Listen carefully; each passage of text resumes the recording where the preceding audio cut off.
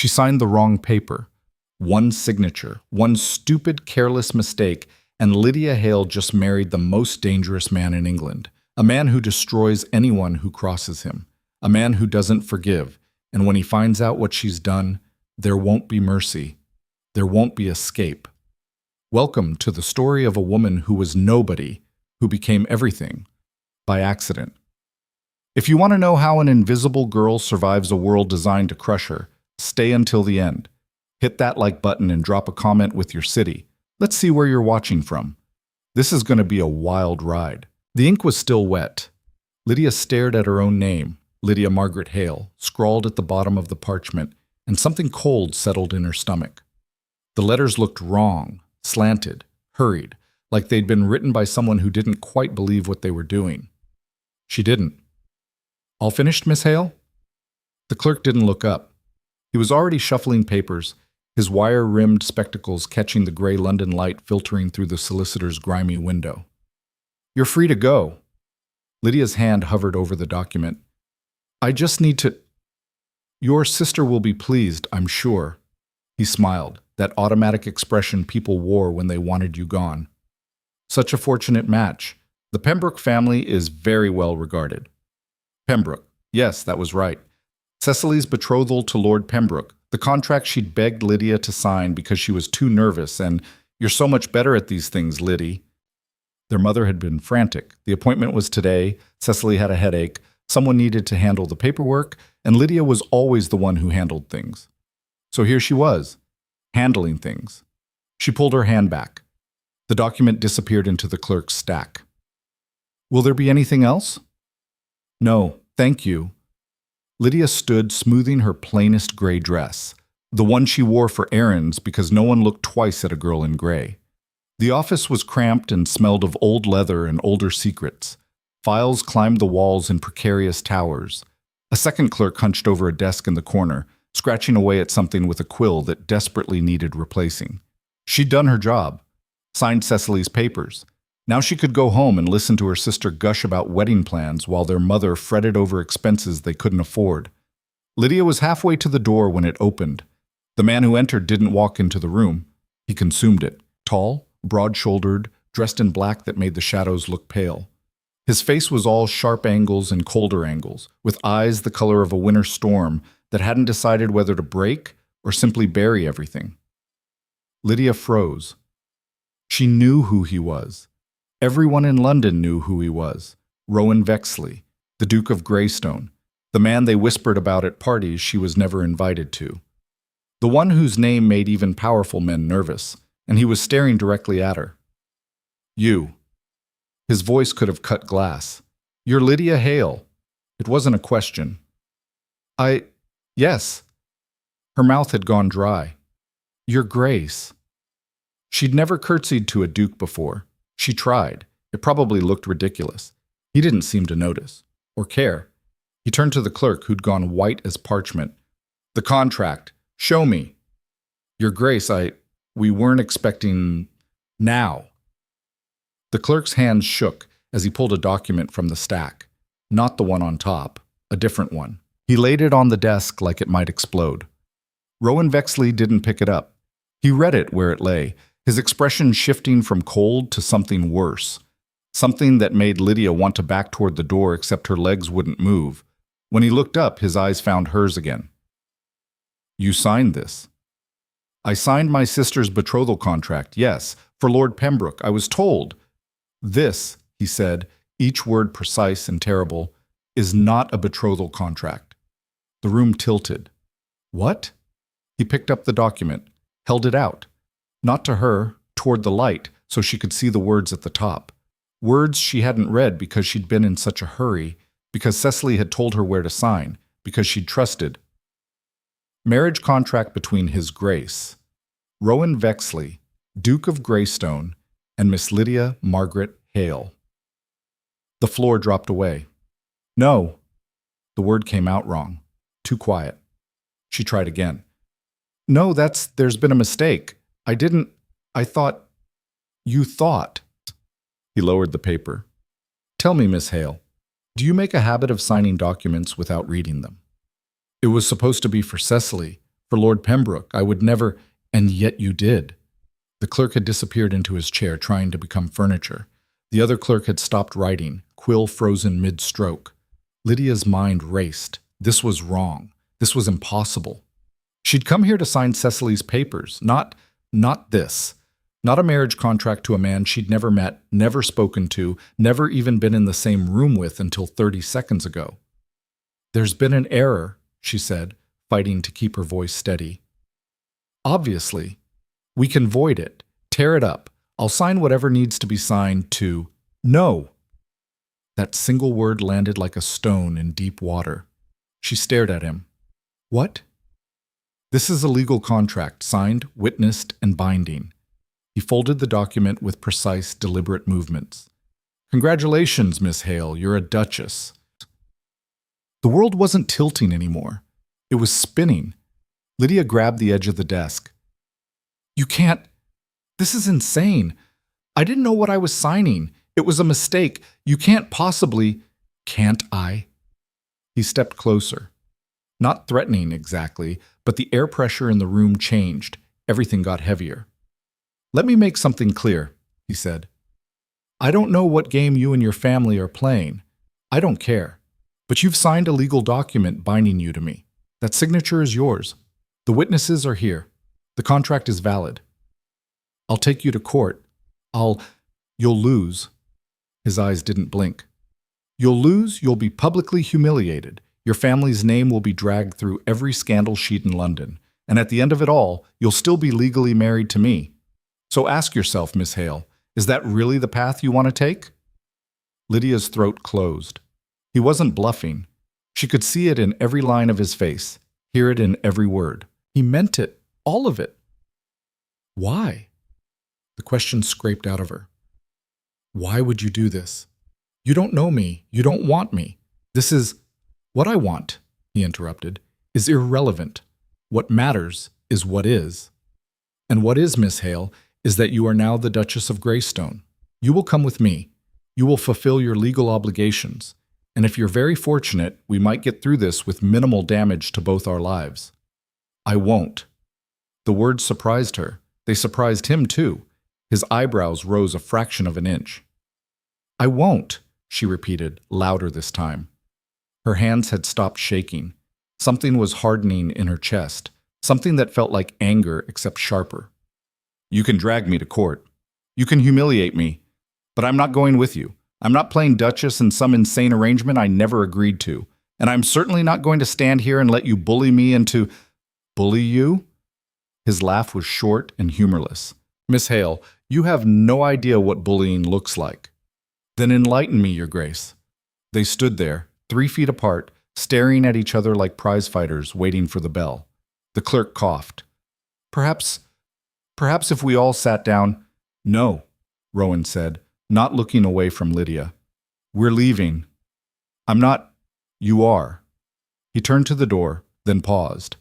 You have 2 choices. You can walk out of here with me, in control of your dignity and your future.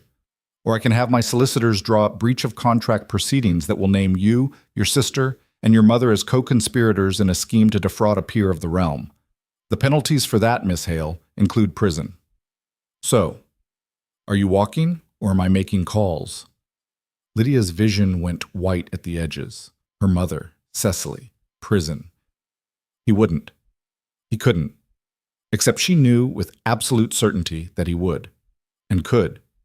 And the only thing stopping him was her answer in the next 5 seconds. Fine. The word tasted like ash.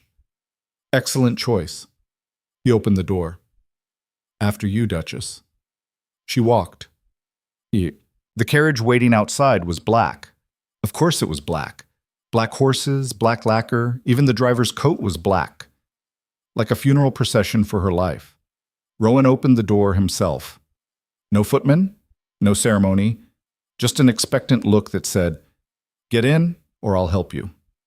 Lydia climbed inside. The interior smelled of leather and something else. Tobacco, maybe, or whiskey.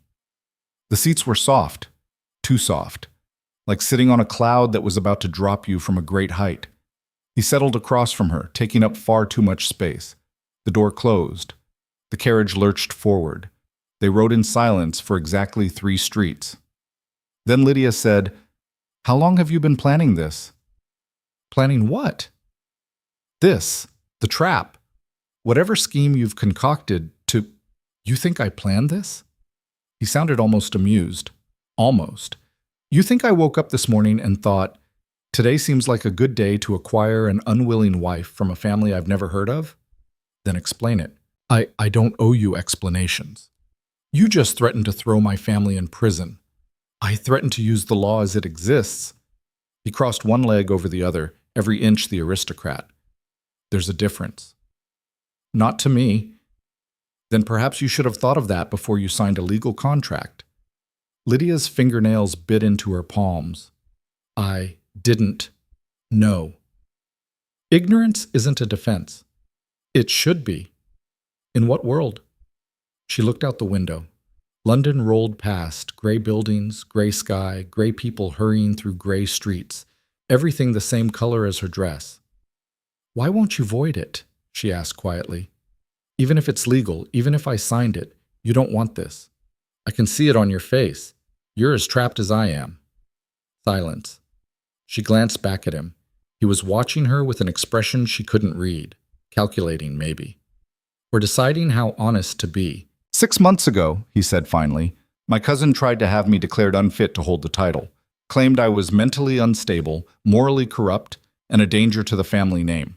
The case was thrown out, but the whispers remained." What does that have to do with— A duke without heirs is vulnerable. A duke without a wife is suspicious. And a duke who refuses marriage entirely. He smiled, and it was the coldest thing Lydia had ever seen. That duke is a target. Understanding dawned like a sunrise she didn't want to see. You needed a wife. I needed the appearance of stability, of normalcy, of a man who follows societal expectations. He leaned back. Then you walked into that office and handed me exactly what I needed. Signed, sealed, and legal. So no, Miss Hale, I will not void it. You've given me the perfect solution to a problem you couldn't possibly understand. And what about my problems? You're a duchess now. What problems could you possibly have? The laugh that escaped her was jagged. You have no idea what my life was like. Then enlighten me, Your Grace. She ignored the title. I'm the invisible daughter, the practical one. The one who runs the household because Mother can't and Cecily won't. I do the shopping, pay the bills we can afford, dodge the creditors for the ones we can't. I'm the one who makes sure there's food on the table and coal in the fireplace, and that Cecily's dresses are altered to look new when they're 5 years old. And you know what I get for it? He didn't answer. Nothing, I get nothing. Cecily gets the compliments, the suitors, the marriage prospects. Mother gets to play the gracious lady hosting tea parties we can't afford. And I get to be useful. That's it. That's my entire existence. Being useful. And now you're a duchess. Now I'm trapped in a different cage. The carriage turned onto a wider street. Mayfair, probably, where the real money lived. We're not so different, you and I, Rowan said. We're nothing alike. Aren't we? He tilted his head. You said it yourself. You're useful. That's all anyone sees when they look at you. They don't see you. They see what you can do for them. Lydia's chest tightened. People look at me, he continued, and they see power. They see the title, the wealth, the influence. They see a man who can make or break their futures with a word, but they don't see me. They never have. That's not the same thing. Isn't it? The carriage stopped. Rowan didn't move. We're here. Lydia looked out the window. The house, no, the mansion, that loomed in front of them made her family's cramped townhouse look like a garden shed. 4 stories of pale stone, windows like watching eyes, a door that could swallow carriages whole. Welcome home, Duchess. She turned back to him. I want to see my family. No. You can't keep me prisoner. I can do whatever the contract allows, which is considerable. He reached for the door handle. You'll write to them. Tell them you're well. That you'll visit when circumstances permit. When will that be? When I say so. The door opened. A footman appeared, livery perfect, face blank. Rowan stepped out first, then offered his hand. Lydia looked at it. looked at him, looked at the massive house that was apparently hers now. She didn't take his hand. She climbed out on her own. Waltz. The entrance hall was bigger than her entire house. Marble floors, soaring ceilings, a chandelier that probably cost more than her family's annual income. Paintings of stern-faced ancestors lined the walls. Vexleys, presumably, all looking equally disappointed in their descendants. A woman appeared from a side corridor, older, gray hair pulled back so tight it probably hurt, dressed in black with a ring of keys at her waist. "Your Grace!" She curtsied to Rowan, then gave Lydia a look that could freeze water. "And this is—" "The new Duchess of Greystone," Rowan said. "Mrs. Graves, meet my wife." Mrs. Graves's expression didn't change, but something flickered in her eyes. Surprise, maybe. Or horror. "Your wife. Your Grace? We were married this afternoon. She'll need rooms prepared. The Duchess's suite." "The Duchess's suite hasn't been opened in—" "Then open it." He was already moving toward the stairs. "See that she has everything she needs. Clothes, toiletries, whatever women require. Send someone to her family's address to collect her belongings." "No." Both of them stopped, looked at Lydia. She swallowed, lifted her chin. "I'll write to my mother. She can pack my things and send them. I won't have strangers going through my home." Mrs. Graves's lips thinned. "His Grace has given instructions, and I'm giving different ones." Lydia's heart hammered, but her voice stayed steady. "I'm the Duchess, aren't I? That should count for something." Rowan's eyes narrowed. For a long moment nobody moved. Then he shrugged. "Fine. Write your letter. Mrs. Graves will see it's delivered." He climbed the stairs without looking back. Mrs. Graves waited until he disappeared, then turned to Lydia with an expression that could strip paint. "This way, Your Grace." The title sounded like an insult. The Duchess's suite was on the third floor, east wing, rooms that probably hadn't seen a living occupant in years. Mrs. Graves opened the door to reveal a sitting room draped in Holland covers, dust motes swirling in the late afternoon light. "The bedchamber is through there. The dressing room beyond that. I'll send maids up to air it out." "Thank you." Mrs. Graves didn't move. "Might I ask, Your Grace, how long you and His Grace have been acquainted?" "We met today." "I see." The two words carried entire volumes of judgment. "I'm sure you do," Lydia said. "Will there be anything else?" "No, Your Grace." Mrs. Graves curtsied, barely, and left. Lydia stood in the center of the sitting room, surrounded by furniture ghosts under their white shrouds, and tried to remember how to breathe. This morning, she'd been Lydia Hale. Invisible. Useful. Trapped in a life that never changed. Now she was the Duchess of Greystone. Still trapped, just in a bigger cage. She pulled the cover off the nearest chair and sat down. Dust billowed up. She sneezed. A laugh bubbled out of her, half hysterical, half exhausted. This was insane. All of it. Signing the wrong contract, marrying a stranger, being dragged to a mansion the size of a cathedral. It was like something out of a novel, except novels were supposed to make sense, and this was just chaos wearing a coronet. The door opened without a knock. Rowan stood in the doorway, jacket gone, shirt sleeves rolled up. He looked more human like this. Almost. "You should know," he said, "that I'm hosting a dinner party tomorrow night. 30 guests. You'll attend." "Why?" "Because married people dine together. Because society expects it. Because if you don't, the rumors will start before breakfast." "Let them." "You say that now." He crossed the room, stopped in front of her chair. "You have no idea what London society can do to someone they decide to destroy. Trust me on this. You want their acceptance, not their scorn." "I didn't ask for any of this." "Neither did I. And yet, here we are." He pulled a folded paper from his pocket. "I had my solicitor draw this up. Read it. Sign it. It will make things easier." Lydia took the paper, unfolded it. It was a list. No. A set of rules. Terms of arrangement between the Duke and Duchess of Greystone 1. The Duchess will attend all social functions as required by the Duke. 2. The Duchess will maintain the household and manage staff under the supervision of Mrs. Graves. 3. The Duchess will comport herself with dignity befitting her title. 4. The Duchess will reside in the Duchess's suite. The Duke will maintain separate chambers. 5. The Duchess will not engage in scandal, gossip, or behavior that reflects poorly on the family name. 6. The marriage will remain in effect for a period of no less than 2 years, after which time the matter may be revisited. There were more, 12 in total, each one more impersonal than the last. Lydia read them twice, then looked up. This reads like a contract for a servant. It's a framework for both of us. Where are your rules, your obligations? I'm the Duke. I have the title, the property, the power. What more do you want? How about basic human decency? His jaw tightened. I'm offering you security, a position, wealth you could never have dreamed of in your previous life. Most women would be grateful. Then you should have married one of them. She thrust the paper back at him. He didn't take it. You need to understand something, he said quietly. I don't make threats lightly. Earlier, when I mentioned prison for your family, that wasn't bravado. I have the connections, the resources, and the will to do it.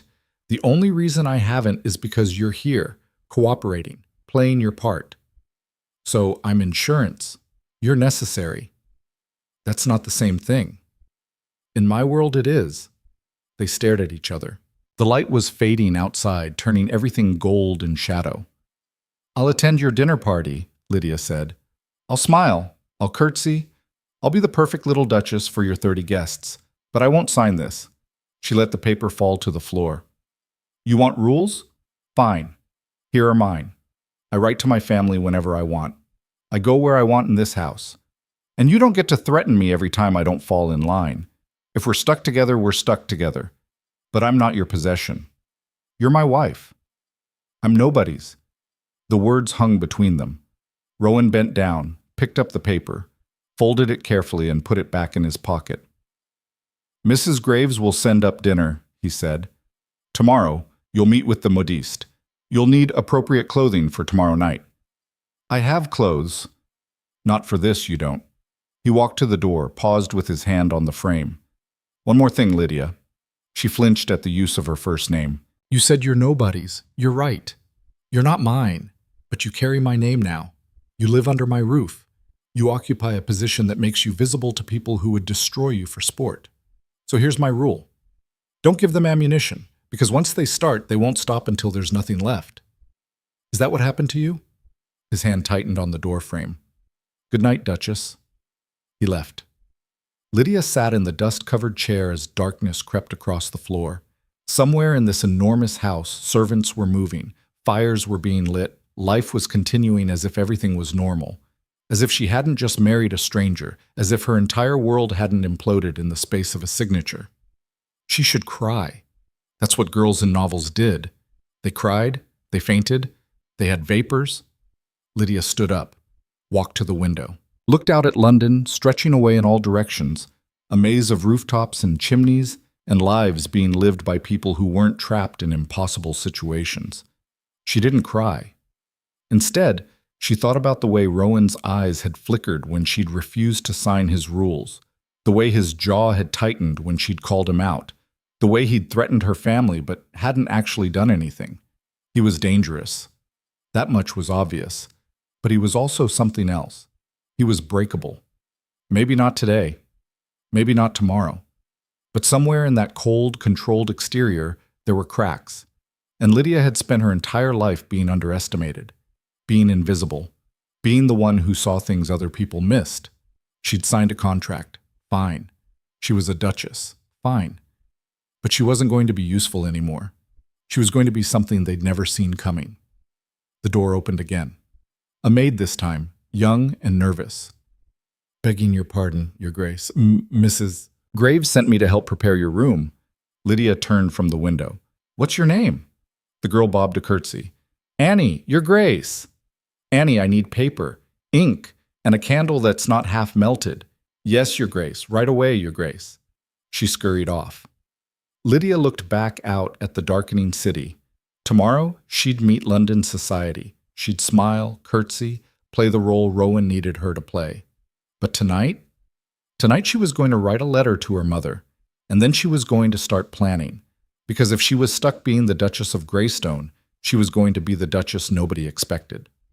Starting now. The modiste arrived at 10 o'clock sharp, trailing 2 assistants and enough fabric to clothe half of London. Madame Bisset swept into the Duchess's suite like she owned it, took one look at Lydia, and sniffed. "So, you are the new Duchess." Lydia stood in the center of the room wearing yesterday's gray dress, hair hastily pinned, dark circles under her eyes from a sleepless night. "I am." Madame Bisset circled her like a vulture assessing roadkill. "Turn." Lydia turned. "The hips are acceptable. The waist needs work. The posture." She made a sound somewhere between a cough and a dying cat. "We have much to do and very little time. His Grace wants you presentable for tonight, yes?" "His Grace wants many things." The modiste's eyebrow arched. "Indeed. Remove the dress." "Excuse me?" "I cannot measure you through fabric. Remove it." One of the assistants stepped forward with a measuring tape. The other stood ready with a notebook, pencil poised. Lydia undressed down to her chemise and stays, feeling exposed in ways that had nothing to do with clothing. Madame Bisset's hands were quick and impersonal, measuring everything: shoulders, arms, bust, waist, hips, inseam. Numbers were called out. The assistant scribbled furiously. "What colors does His Grace prefer?" Madame Bisset asked. "I have no idea." "Has he indicated a style? Empire waist? Classical? Romantic?" "We haven't discussed my wardrobe." "Then what have you discussed?" Lydia met the woman's eyes. "Terms of imprisonment." Silence. Then Madame Bisset laughed, a sharp, surprised bark. "Well, at least you have spirit. You will need it." She gestured to her assistants. "Bring the evening silks, rich colors, nothing pale. She will disappear in pale. And for tonight, the emerald. Yes, the emerald will do nicely." They draped fabric over Lydia's shoulders, held swatches against her skin, debated cut and trim like she was a mannequin. Through it all, Lydia stood still and thought about the letter she'd written last night. "Dearest Mother, by the time you receive this, you will have heard extraordinary news. I have married the Duke of Greystone. I know this will come as a shock. I cannot explain everything in a letter, but please know that I am safe and well cared for. Send my belongings to Greystone House, Mayfair. Include the pearl earrings Father gave me and the blue shawl. Nothing else of value. We both know we have little enough. Tell Cecily I hope her engagement to Lord Pembroke proceeds smoothly. Tell her I wish her joy. I will write again soon. Your daughter, Lydia." She hadn't mentioned the contract, the mistake, the fact that her entire life had been derailed because she'd signed the wrong piece of paper. Her mother would find out eventually. London society would make sure of that. But for now, let her think this was somehow normal, somehow planned. Let her think Lydia had finally done something right. "Your Grace?" Lydia blinked. Madame Bisset was holding up a gown, emerald silk that caught the light like water. "For tonight. My girls will alter it to fit. You will be stunning." "I don't need to be stunning. I need to be appropriate." In London, there is no difference. The modiste began packing her things. "His Grace has excellent credit. Send the bills to him. I will return next week with the rest of your wardrobe. Until then, make do with what we provide today." She swept out, assistants in tow, leaving Lydia alone with an emerald gown that probably cost more than her family spent on food in a year. Annie appeared in the doorway. "Begging your pardon, Your Grace, but Mrs. Graves says you're to come down for luncheon. The Duke requests your presence in the small dining room." "Does he?" "Yes, Your Grace." Lydia looked at the gown. At her reflection in the mirror, plain Lydia Hale in a borrowed dressing gown, plain Duchess in a house that didn't want her. "Tell His Grace I'll be down shortly." "Yes, Your Grace." Annie vanished. Lydia dressed in her gray dress again, the only thing she owned that still fit her old life. Then she went downstairs to face her husband. The small dining room was still large enough to seat 12. Rowan sat at one end of a mahogany table that could have doubled as a skating rink, reading correspondence and eating what looked like cold chicken. He glanced up when she entered.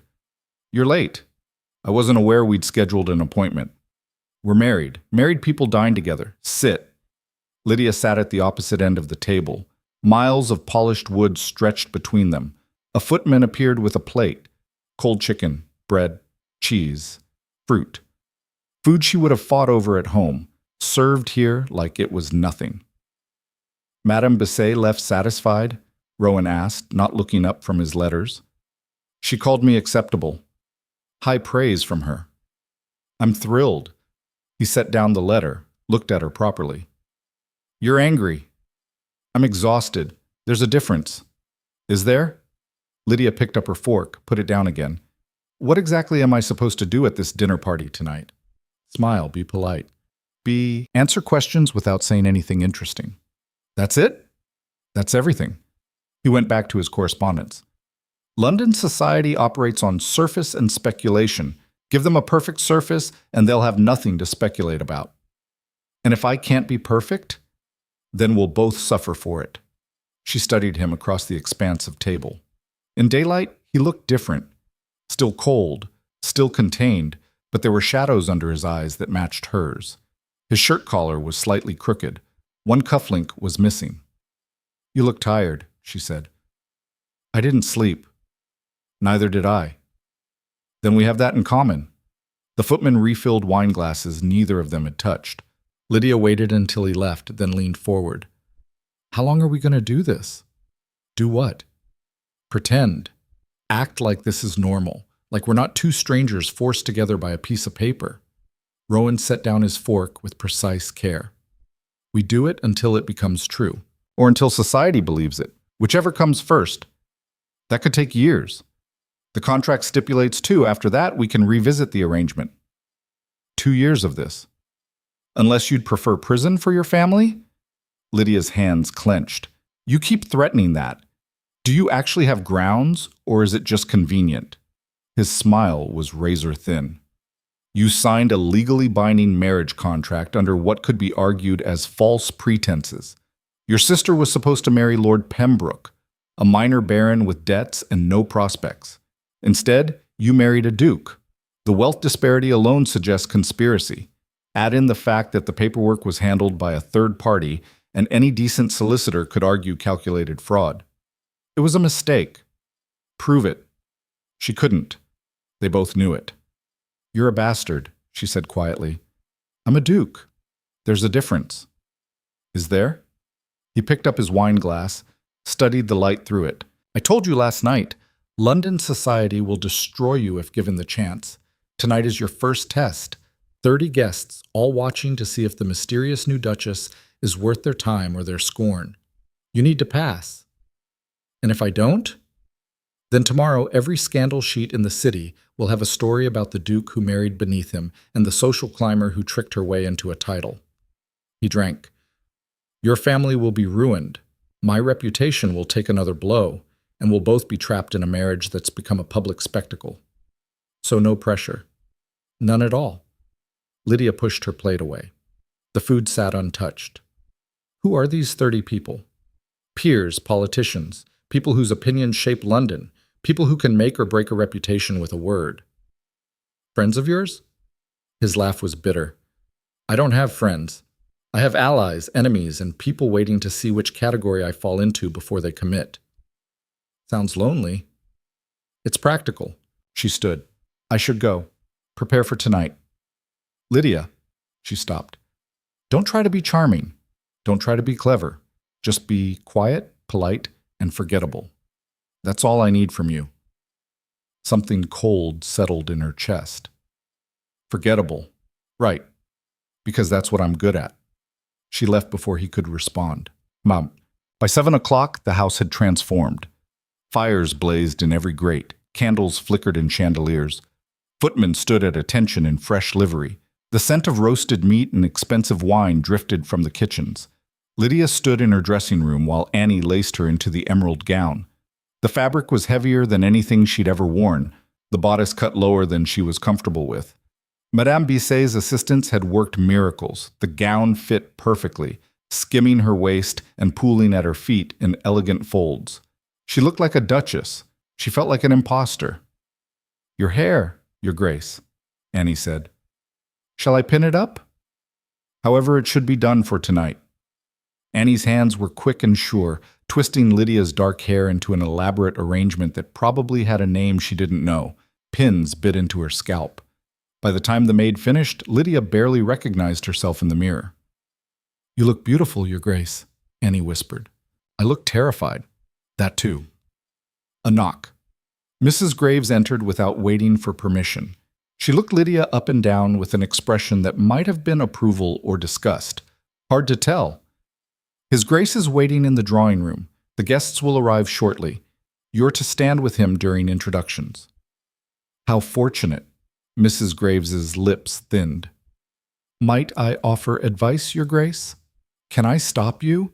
These people you're about to meet, they eat girls like you for breakfast. Keep your mouth shut, your eyes down, and your opinions to yourself.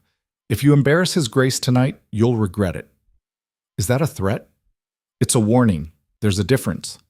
Mrs. Graves left. Annie fussed with Lydia's sleeves. "Don't listen to her, Your Grace. You'll do fine." "You're a terrible liar, Annie." "I know, Your Grace." Lydia took one last look in the mirror at the stranger in emerald silk, hair perfect, face pale, and went downstairs to play her part. Tu me sais. Rowan stood near the fireplace in the main drawing room, immaculate in black evening wear. He looked up when she entered, and something flickered across his face. Surprise, maybe. "You clean up well," he said. "So do you." "I always do." She crossed the room, silk whispering against marble. "Remind me what I'm supposed to do again?" "Smile, be polite, don't express opinions." "Be a decoration." "Essentially." The door opened. The butler, Henderson, she'd learned his name, appeared. "Your Grace, the guests are arriving?" "Excellent." Rowan offered his arm. "Shall we, Duchess?" Lydia took it. His arm was solid under her glove, warm through the fabric. They walked together to the entrance hall, and she thought, "This is it. This is where I either survive or sink."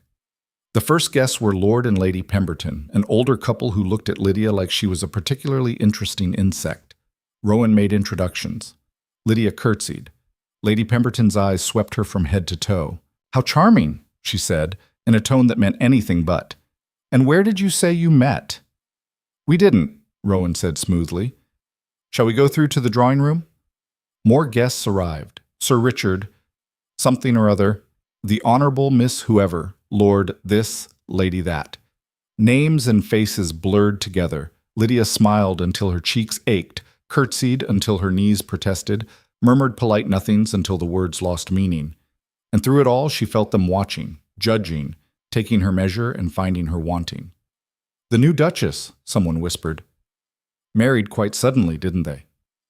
"I heard she's a nobody. Family's practically destitute." "How did she manage to catch Greystone?" "Probably trapped him. You know how these desperate girls operate." Lydia's smile didn't waver, but her fingernails bit into her palms hard enough to leave marks. Dinner was announced. Rowan led her to the dining room, seated her at the far end of the table, miles away from him, surrounded by strangers who looked at her like she'd crashed their private club. The woman to her left was Lady Ashford, dripping diamonds and contempt. The man to her right was some viscount whose name she'd already forgotten. Both ignored her completely, talking across her like she was furniture. "I hear Greystone's estates in the north are failing," Lady Ashford said. "Tenants refusing to pay. Labor disputes. Quite the scandal." "Nothing Greystone can't handle," the Viscount replied. "Man's ruthless when he needs to be." "Still, marrying so suddenly, one wonders about the motivation." "Desperation, probably. On both sides." They laughed. Lydia picked up her wine glass and thought about throwing it. Instead, she said, "The estates aren't failing." Both of them turned to stare at her. "I beg your pardon?" Lady Ashford's voice could have frozen fire. Lydia set down her glass. "The northern estates. They're not failing. The tenants are disputing unfair rent increases imposed by the previous land agent who was embezzling funds. His Grace dismissed the agent last month and is negotiating fair terms with the tenants. It's not scandal, it's management." Silence spread down the table like spilled ink. Lady Ashford's eyes narrowed. "And how would you know this?" "I read the estate reports this afternoon." It was a lie. She'd read nothing. But she'd watched Rowan read those reports at lunch, had seen the ledgers spread across his desk, had noticed the heading, Northern Tenancies, Status Report. "You read estate reports," the Viscount said slowly. On your first day as Duchess. I wanted to understand the household I'm now responsible for. Is that unusual? It's, he glanced at Lady Ashford, unprecedented. How interesting. Lydia reached for her fork and began eating, heart hammering so hard she was sure everyone could hear it. She'd just done exactly what Rowan told her not to do, expressed an opinion, drawn attention, made herself anything but forgettable. But the alternative was sitting there while they mocked her husband's competence and her own existence. She'd spent her whole life being invisible, being useful, keeping her head down. She was done with that. Down the table, Rowan was watching her. His expression was unreadable, but his wine glass had stopped halfway to his mouth. Lady Ashford leaned closer. Tell me, dear, where exactly did your family summer? I don't believe I've heard the name Hale in society circles. We didn't summer anywhere. We couldn't afford it. Gasps rippled through the nearby guests. How refreshingly honest, Lady Ashford said. I find honesty saves time. Does it? The woman's smile was sharp as glass.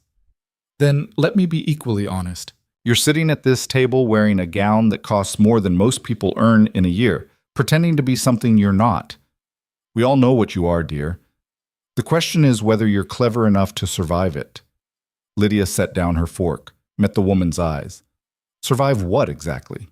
Your disapproval? Your gossip?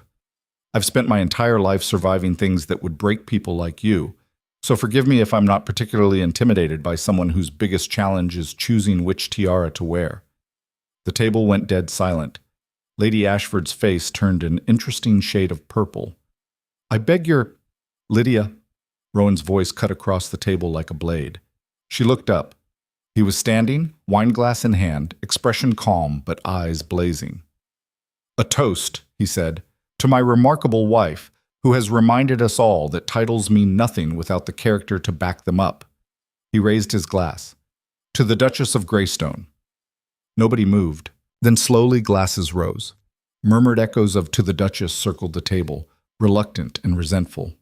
Lydia's hand shook as she lifted her own glass. She'd just made 30 enemies, but she'd also made a point. The rest of dinner passed in strained conversation. Nobody addressed Lydia directly. Lady Ashford refused to look at her. The Viscount suddenly found his plate fascinating. After the meal, the ladies withdrew to the drawing room while the men remained for port and cigars. Lydia found herself surrounded by women who smiled with their mouths and murdered with their eyes. Such an unusual approach, one said, being rude to one's betters. I wasn't aware honesty was rude, Lydia replied. Then you have much to learn. They clustered together, whispering behind fans, casting glances her way. Lydia stood near the fireplace and felt every inch the outsider she was. This was a mistake. All of it. She should have stayed quiet, played the role, been forgettable like Rowan wanted. Instead, she'd opened her mouth and confirmed everything they already suspected, that she didn't belong here. The door opened. Rowan entered, the other men filing in behind him. His eyes found hers across the room, and he made a small gesture. Come here. Lydia crossed to him. We're leaving, he said quietly, but the party is over. For us, anyway. He nodded to the room in general. If you'll excuse us, the Duchess is fatigued from her travels. Travels? Lady Ashford's voice dripped acid. I thought you married in London. We did, but my wife has been very busy managing our affairs. Haven't you, darling?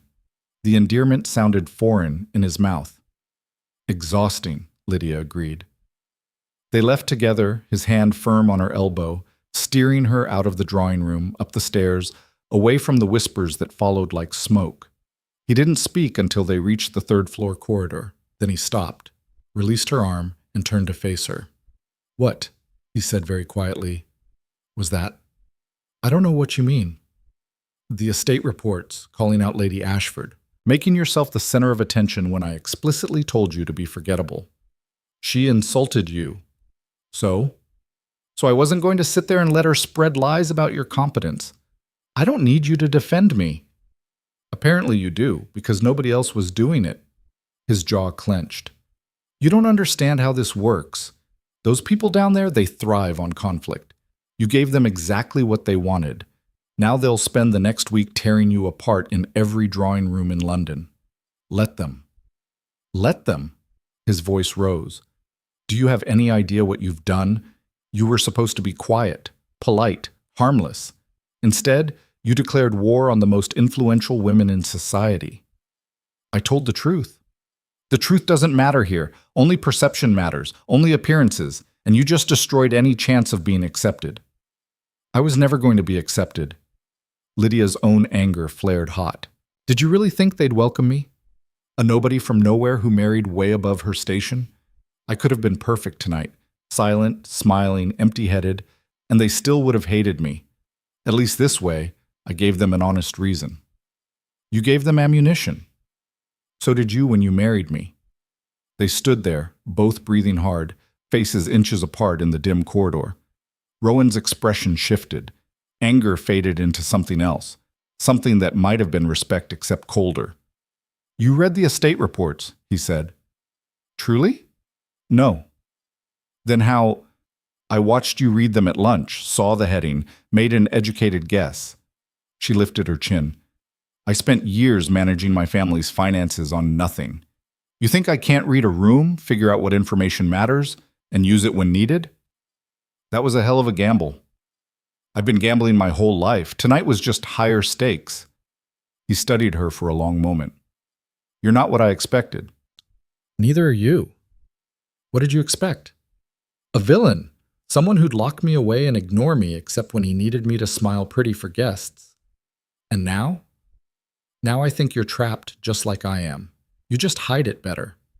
Something flickered in his eyes. Recognition, maybe. Or pain. Get some rest, he said finally. Tomorrow, the gossip starts. You'll need your strength. He walked away, footsteps echoing down the corridor. Lydia stood outside her suite, still wearing the emerald gown that marked her as his duchess, and thought about what she'd just done. She'd declared war on London society. She'd challenged the most powerful women in the city. She'd made herself visible in the worst possible way. And she'd do it again tomorrow if she had to. Because being forgettable had never protected her, being useful had never saved her, and being invisible had only made it easier for people to ignore her suffering. If she was going to survive this world, she'd do it on her terms, even if those terms destroyed her. The morning papers arrived with breakfast. Annie brought them up with tea, face pale, hand shaking slightly as she set the tray down. Your Grace, perhaps you shouldn't... Let me see them. 3 different scandal sheets, all with variations of the same headline. The Accidental Duchess, Scandal or Scheme. Greystone's mysterious bride causes scene at intimate dinner from nobody to Duchess. The Hale girl's remarkable rise. Lydia read them all, every vicious word, every speculation about her background, her family, her motives. They called her calculating, ambitious, a social climber who trapped a duke through deception. One column suggested the marriage was a hoax. Another hinted at pregnancy. A third claimed she'd blackmailed Rowan with secrets about his unstable past. None of it was true. All of it would stick. She set down the papers with hands that barely trembled. Annie, bring me the household ledgers. Your Grace? The ledgers.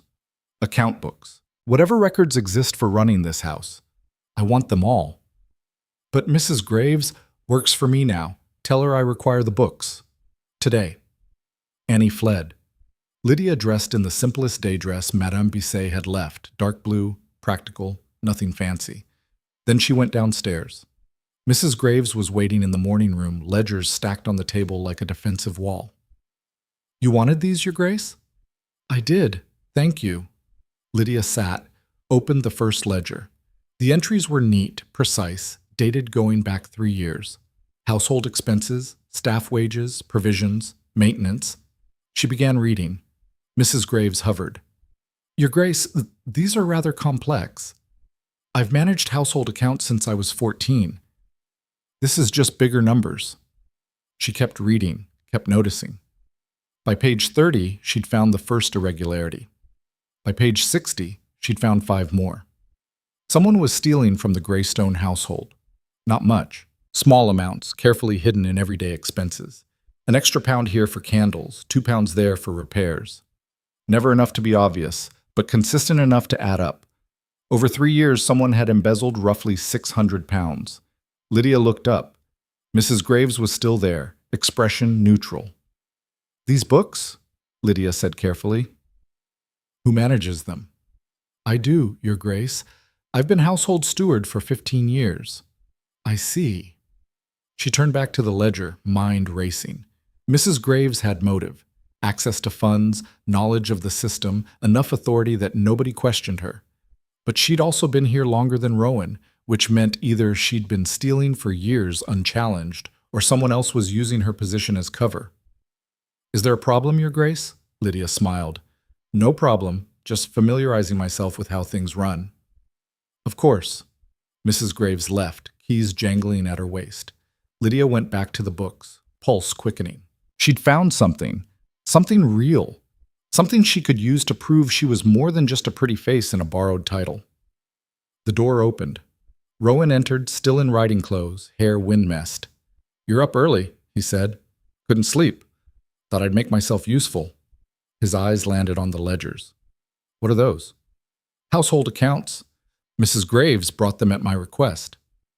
"Why would you want household accounts?" "Because someone's been stealing from you, and I intend to find out who." She pushed the ledger toward him, pointed out the irregularities she'd found. Rowan leaned over, scanning the entries. His expression didn't change, but his stillness became absolute. "How much?" he asked finally. "Roughly 600 pounds over 3 years. Maybe more in the older books." "That's a small fortune." "For some of us, yes." He straightened, looked at her with something that might have been surprise. "You found this in one morning?" "I grew up balancing books with creditors breathing down my neck. This was easy by comparison." "Who do you think is responsible?" "I don't know yet, but I will." Rowan pulled out a chair, sat. "Show me everything." They spent the next 2 hours going through the ledgers together. Lydia pointed out patterns, inconsistencies, suspicious entries. Rowan asked questions, made notes, his mind clearly working through possibilities.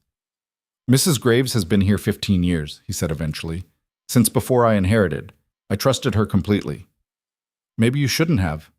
"Maybe." He closed the ledger. "What do you suggest?" "We need proof. Real evidence, not just accounting irregularities. Someone who can testify, or documents that prove intent." "And how do we get that?" Lydia smiled. It wasn't a nice smile. "We set a trap." The trap was simple. Lydia would request a large payment for household improvements, new draperies, furniture repair, that sort of thing. The money would go into a separate account she controlled. If someone was skimming funds, they'd try to access this account too. All they had to do was watch. Rowan authorized the payment, 200 pounds deposited into an account only Lydia and the household steward had access to. Then they waited. 3 days later, 50 pounds went missing. Lydia sat in the study with Rowan, bank statements spread between them, and felt vindicated and sick at the same time. "It's her," she said. "It has to be. Mrs. Graves is the only other person with access. We need confession, or proof of where the money went. Then we confront her." "Not yet." Rowan's eyes were cold as January. "If we confront her now, she'll deny everything. We need leverage." "What kind of leverage?" "The kind that makes people talk." He stood, paced to the window. Outside, rain hammered the glass, turning London into a gray blur. "My cousin," he said quietly, "the one who tried to have me declared unfit. He's been spreading rumors about my stability, my judgment, my fitness to hold the title. If word gets out that my household is corrupt under my watch, it strengthens his case. So we're not just fighting embezzlement, we're fighting politics. In my world, they're the same thing." Lydia joined him at the window. "What do you want me to do?" "Find out where Mrs. Graves goes, who she talks to, where the money is going." "You want me to spy on her?" "I want you to save both our reputations before they're destroyed." She looked at him, really looked. The shadows under his eyes had deepened. His jaw was tight. He carried himself like a man expecting attack from every direction. "You're afraid," she said. "I'm realistic." "Same thing sometimes." He turned to face her. They stood close enough that she could see the gray in his eyes wasn't uniform. Flecks of darker storm, lighter sky, all churning together. "If I lose this title," he said, "I lose everything. The estates, the wealth, the power. It all reverts to my cousin, and he'll destroy anyone associated with me, including you. Then we make sure you don't lose." "Just like that?" "Just like that." His hand came up, brushed a strand of hair from her face. The gesture was so unexpected, so gentle, that Lydia froze. "You're either very brave," he said, "or very foolish. Can't I be both?" His almost smile was there and gone. "Be careful. Mrs. Graves is dangerous if cornered." "So am I." She meant it. The next morning, Lydia began her investigation. She started by watching the servants. Not obviously, Lydia had learned long ago how to be invisible when it mattered. She sat in the morning room with needlework she never touched, positioned where she could see the servants' corridor. She took tea in the library at odd hours, noting who came and went. She asked Annie casual questions about household routines, staff schedules, who reported to whom. Mrs. Graves kept rigorous hours. Up at 5, inspecting the kitchens by 6, touring the house by 7. She carried those keys everywhere, a jangling reminder of her authority. But twice in 3 days she left the house entirely, dressed in plain clothing, disappearing into a hired cab without explanation. The second time it happened, Lydia followed. She borrowed Annie's cloak, the drab brown one servants wore on errands, and slipped out the servants' entrance while Mrs. Graves was still climbing into her cab. Another cab was waiting 2 streets over. Lydia had arranged it that morning, paying the driver with coins from her own meager savings. "Follow that cab," she told him, "but stay back." The driver grinned. "Plain spy, are we, miss?" Something like that. They rolled through London's morning chaos, vendors shouting, carriages jostling for space, street sweepers dodging wheels. Mrs. Graves's cab headed east, away from Mayfair's elegant squares into neighborhoods where the buildings crowded closer and the air smelled of coal smoke and desperation. Finally, the cab stopped outside a narrow house in Clerkenwell. Nothing remarkable about it. 3 stories, peeling paint, curtains drawn. Mrs. Graves climbed out, paid her driver, and disappeared inside. Lydia waited 5 minutes, then followed. The door was unlocked. Inside, a dim hallway led to stairs. Voices drifted down from the second floor. Mrs. Graves and someone else, male, speaking in low, urgent tones. Lydia climbed carefully, keeping to the edges of the steps where they wouldn't creak. The voices got clearer. "Told you to be more careful," the man was saying. £50 at once? That's careless." "The new Duchess requested the account. I had to move the money before she noticed." "The Duchess?" The man laughed, bitter and sharp. "Greystone's little mistake. How's that working out for him?" "She's cleverer than she looks. Started reviewing the household books within days. Found irregularities." "Then you need to stop, at least until things quiet down."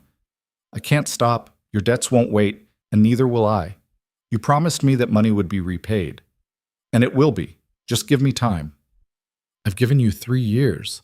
Lydia crept closer to the half-open door. Through the gap, she could see Mrs. Graves standing with her back to the hallway. The man facing her was younger, maybe 40, with thinning hair and the desperate look of someone drowning in obligations. "You don't understand," he said. "If Greystone finds out, I'm ruined. We're both ruined." "Then you should have thought of that before gambling away your inheritance." "It wasn't gambling, it was investments. Legitimate investments that went bad. Theft is theft, regardless of what you call it." The man grabbed Mrs. Graves's arm. "You'll keep stealing from Greystone, and you'll be quiet about it. Unless you want everyone to know whose money you've been taking, including his." Mrs. Graves pulled free. "Touch me again, and I'll tell Greystone everything. About you, about your debts, about how you've been blackmailing me for years." "Empty threats. You're as complicit as I am." Lydia's breath caught. This wasn't just embezzlement. This was blackmail, coercion, years of corruption tangled together. She needed to hear more. Needed to know who this man was, what hold he had over Mrs. Graves, what connection he had to Rowan. She leaned closer. The floorboard creaked. Both heads snapped toward the door. "Who's there?" Lydia ran. She flew down the stairs, heart hammering, cloak tangling in her legs. Behind her, footsteps pounded. The man was shouting. Mrs. Graves was shouting back. Lydia burst into the street and didn't stop running until she reached her waiting cab 2 blocks over. "Go," she gasped. "Now." The driver whipped the horses into motion. Lydia collapsed against the seat, lungs burning, mind racing. She hadn't gotten the man's name, hadn't heard enough to understand the full picture, but she'd heard enough to know this went deeper than simple theft. Someone was blackmailing Mrs. Graves, and that someone knew Rowan. She went straight to the study. Rowan was at his desk, working through correspondence with the focused intensity of a man trying to hold an empire together through paperwork alone. He looked up when she entered, took in her flushed face and disheveled hair, and stood. "What happened?" "I followed Mrs. Graves. She met with a man in Clerkenwell. They argued about the money, about debts, about blackmail. He's been forcing her to steal from you for years." Rowan's expression went very still. "What man?" "I don't know. I didn't see his face clearly. Mid-40s, thinning hair, desperate. He mentioned gambling debts. No, investment losses. Said if you found out, he'd be ruined." "And Mrs. Graves?" "She's terrified of him, but she's also been complicit. 3 years, Rowan. This has been going on for 3 years." He walked to the window, hands clenched behind his back.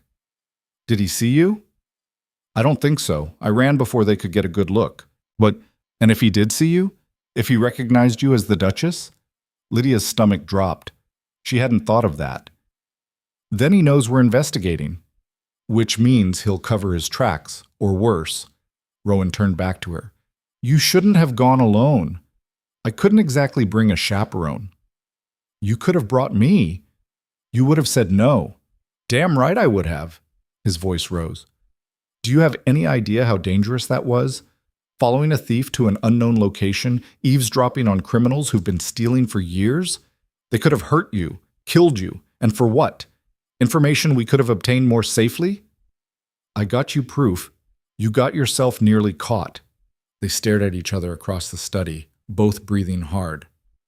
"I was trying to help," Lydia said finally. "I know. That's what terrifies me." The admission hung between them. Rowan scrubbed a hand over his face. "All right. We work with what we have. Mid-40s, thinning hair, investment losses. That describes half of London's second sons. We need more." "I could go back." "No, absolutely not."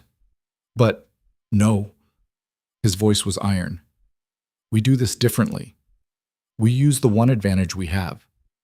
"Which is?" "They don't know how much we know. They think they're safe. We make them panic."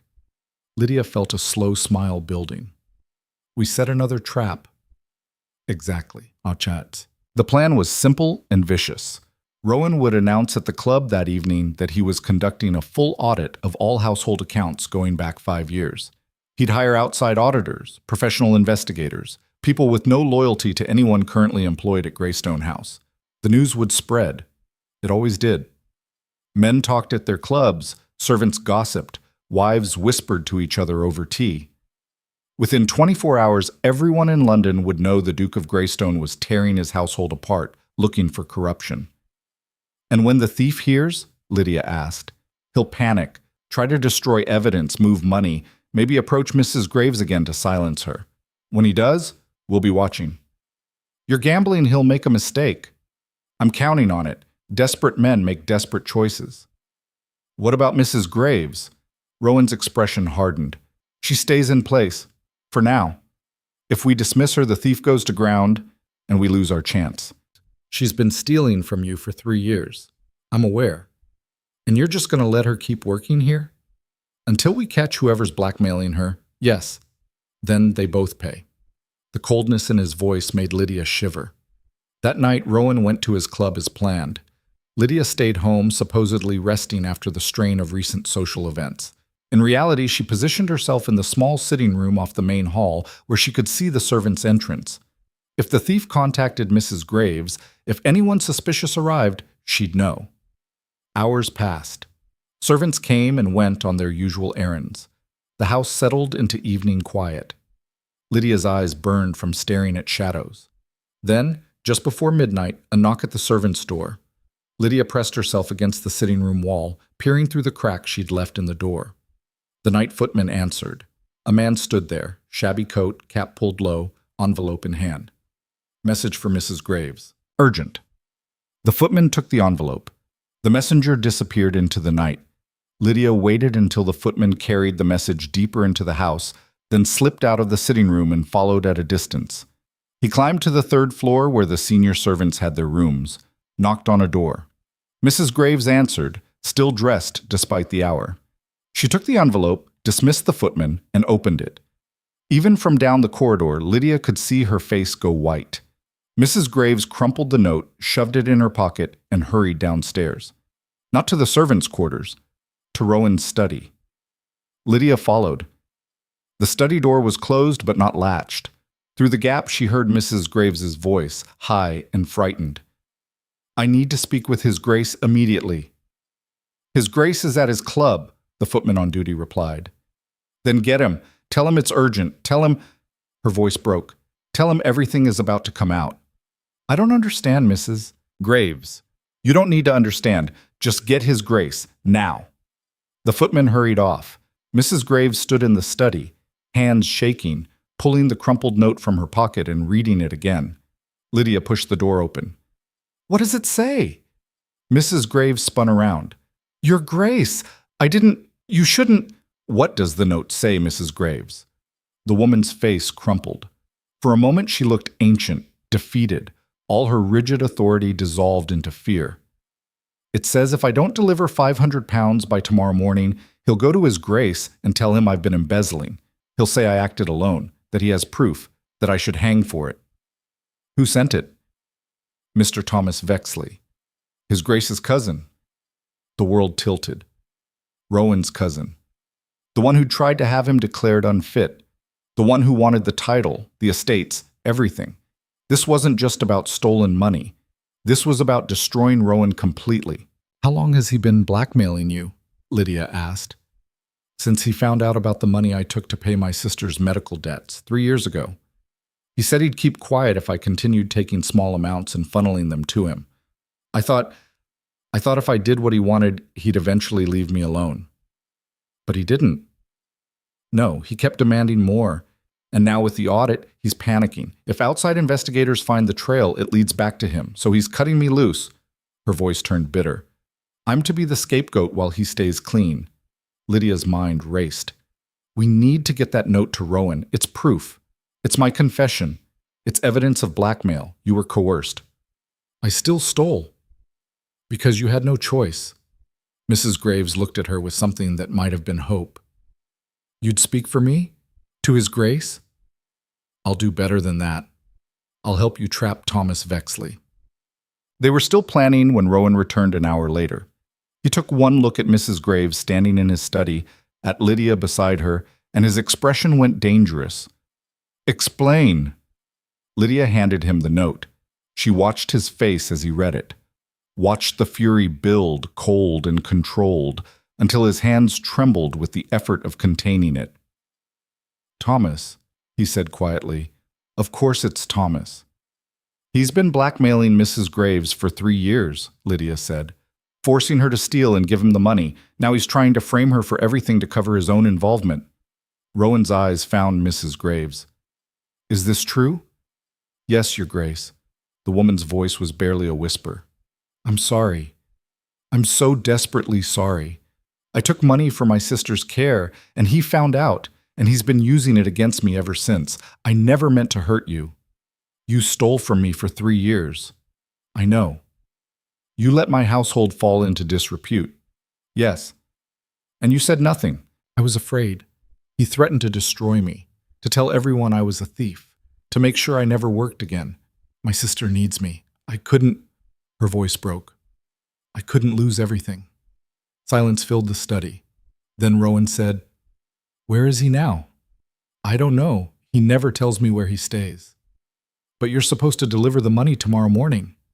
"Yes, at the old church on Bride Street, 7 o'clock. Rowan looked at Lydia. Something passed between them. Understanding, agreement, the recognition of what needed to happen next. "Then that's where we'll meet him," Lydia said. "We?" Mrs. Graves looked between them. "Your Grace, you can't possibly—" "Can't I?" Lydia smiled. It wasn't pleasant. He's been stealing from us, manipulating you, trying to destroy Rowan's reputation. I'd say he's earned a personal visit. He's dangerous, Mrs. Graves warned. He won't take kindly to being cornered. Neither do I. Rowan moved to his desk, began writing. I'll bring constables. We'll have him arrested on the spot. No, Lydia said. Both of them looked at her. If you bring constables, he'll deny everything. Say the note's a forgery, that Mrs. Graves is lying to save herself. You need a confession, something he says in his own words that can't be denied. And how do you suggest we get that? I go alone. Absolutely not. Listen to me. He doesn't know I found out about him.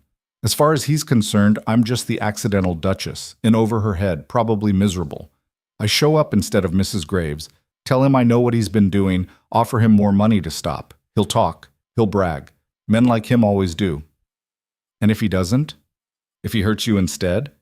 Then you and the constables come in and save me. She met his eyes. But he won't. He'll want to know what I know, how much evidence exists. He'll think he can manipulate me the way he manipulated Mrs. Graves. And while he's talking, you'll be listening. Rowan's jaw worked. This is insane. It's the only way to get proof you can actually use. I don't like it. You don't have to like it.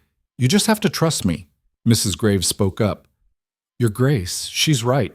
Mr. Vexley won't confess to constables, but to a woman he thinks is weak and frightened, he'll say everything.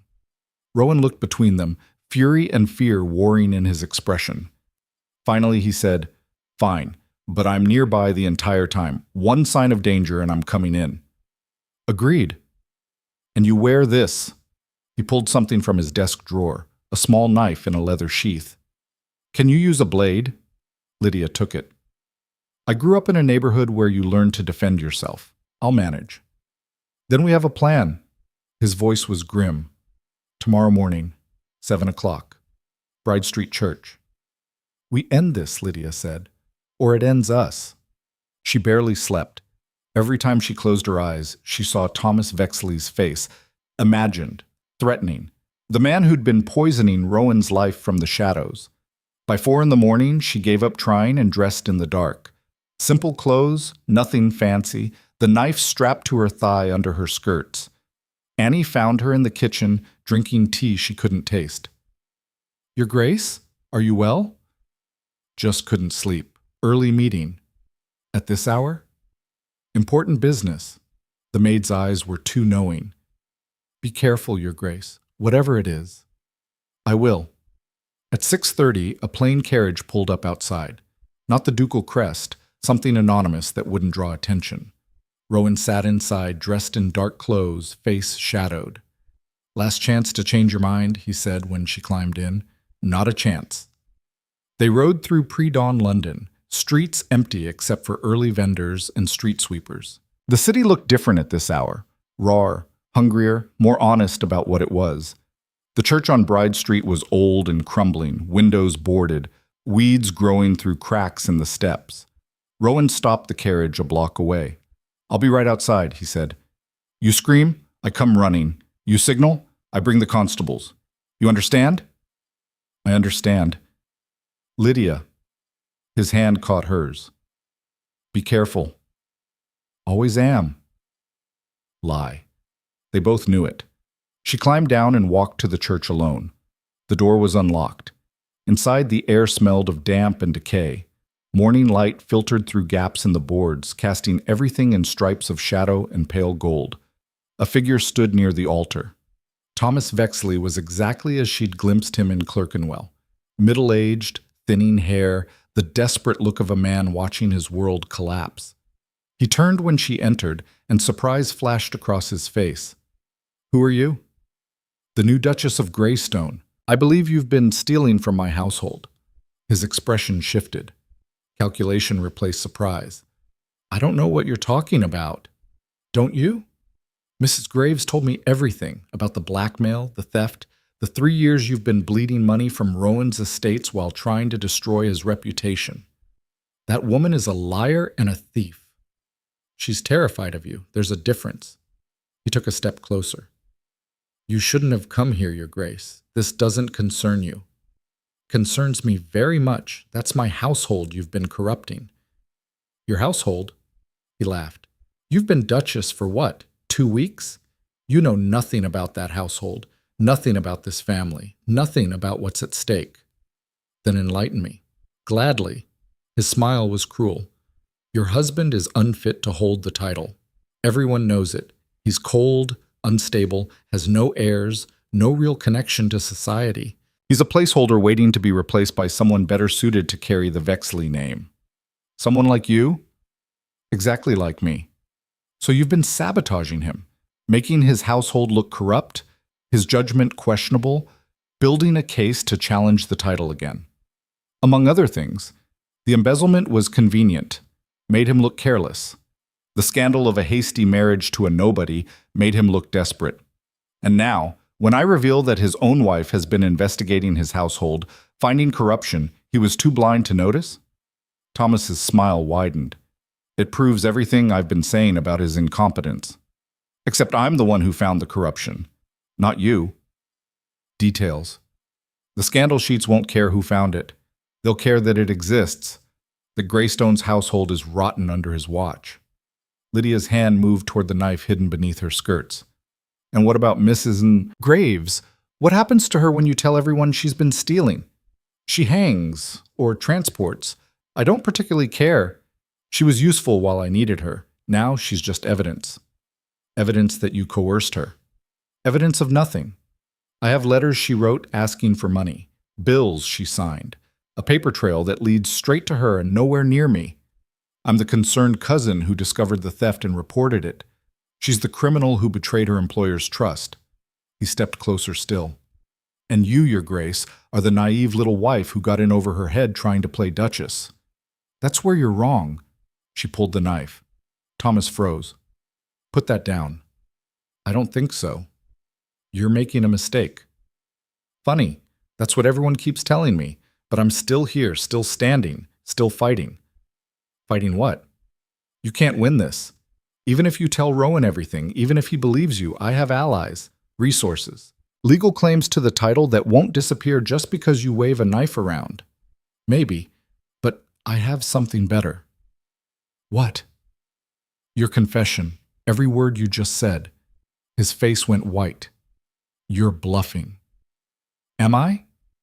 The door opened. Rowan walked in, followed by 2 constables and a man Lydia didn't recognize, older, distinguished, carrying himself with authority. That's enough, Thomas, Rowan said quietly. Thomas looked between them, realization dawning. You tricked me. You talked, Lydia corrected. All I did was listen. Anything I said is hearsay. You can't prove… Actually, we can. The distinguished man stepped forward. Magistrate Collins, I've been listening from outside along with these constables. Your confession to blackmail, coercion, conspiracy to defraud a peer, and your stated intent to falsify evidence against Mrs. Graves is more than sufficient for arrest. Thomas's face went from white to red. This is absurd.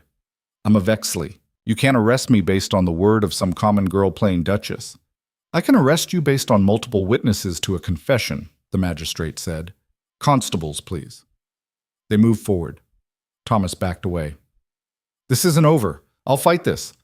I'll expose Greystone for the incompetent fool he is. You'll be silent, Rowan said, voice like ice, or I'll add threatening a peer to your charges. Thomas lunged. Not at Rowan, at Lydia. She saw it coming, saw the desperation in his eyes, the wild calculation that said if he couldn't have the title, he'd destroy everything connected to it. His hands reached for her throat. Lydia moved on instinct. The knife came up, angled wrong, catching him across the forearm instead of anywhere vital. He screamed. Blood bloomed across his sleeve. Then Rowan was there, slamming Thomas against the altar, arm across his throat, fury in every line of his body. Touch her again, Rowan said very quietly, and I will kill you. Consequences be damned. The constables pulled them apart. Thomas was babbling now, threats and denials pouring out in an incoherent stream. They dragged him toward the door, still struggling, still shouting about his rights and his claims and how this was all a misunderstanding. The magistrate followed. Your Grace, you'll need to give a formal statement, Both of you, this afternoon, if possible. We'll be there, Rowan said. Then they were alone in the ruined church, Lydia still holding the bloody knife, both of them shaking with adrenaline and relief. You stabbed him, Rowan said. He tried to kill me. You could have been hurt, killed, if I'd been 1 second slower, but you weren't. He grabbed her shoulders, not roughly, but desperately. Don't ever do that again. Don't ever put yourself in danger for me. I didn't do it for you. I did it for us. There's no us. There's just a contract and convenience and… She kissed him. It was messy and awkward and tasted like fear and victory mixed together. His mouth was cold against hers, then warm, then burning. His hands tightened on her shoulders, pulling her closer, and for a moment the entire world narrowed to this. Two people who'd started as strangers finding something real in the ruins of a church that had forgotten what holy meant. When they broke apart, both breathing hard, Rowan's eyes were wide. Why did you do that? He asked. Because I wanted to. That's not a reason. It's the only one I have. He stepped back, running a hand through his hair. We should go. Give our statements. Make this official. Rowan, don't. His voice was rough. Don't make this more complicated than it already is. It's already complicated. Then let's not make it worse. He walked toward the door. Lydia followed, still tasting him on her lips, still feeling the desperate press of his hands. Outside, dawn was breaking over London. The city was waking up, unaware that in a crumbling church, a war had just been won. But as they climbed into the carriage and headed back toward Mayfair, Lydia couldn't shake the feeling that they'd won the battle, but the real war was just beginning. Because Thomas Vexley had been right about one thing. This wasn't over. Not by a long shot. The scandal sheets arrived before breakfast. Not the usual vicious gossip this time. Something different. Something that made Annie's hand shake as she delivered them to Lydia's suite. Vexley cousin arrested for blackmail and fraud. Duchess of Greystone uncovers. Years-long conspiracy. Brave Duchess confronts criminal alone, saves Greystone fortune. Lydia read them all twice, hardly believing the words. The same publications that had called her a social climber 2 weeks ago were now painting her as some kind of hero. There were illustrations, highly dramatized versions of her confronting Thomas in the church, knife in hand, looking far more fearless than she'd felt. Your Grace? Annie hovered near the door. His Grace requests your presence in the breakfast room. Tell him I'll be down shortly. She dressed carefully.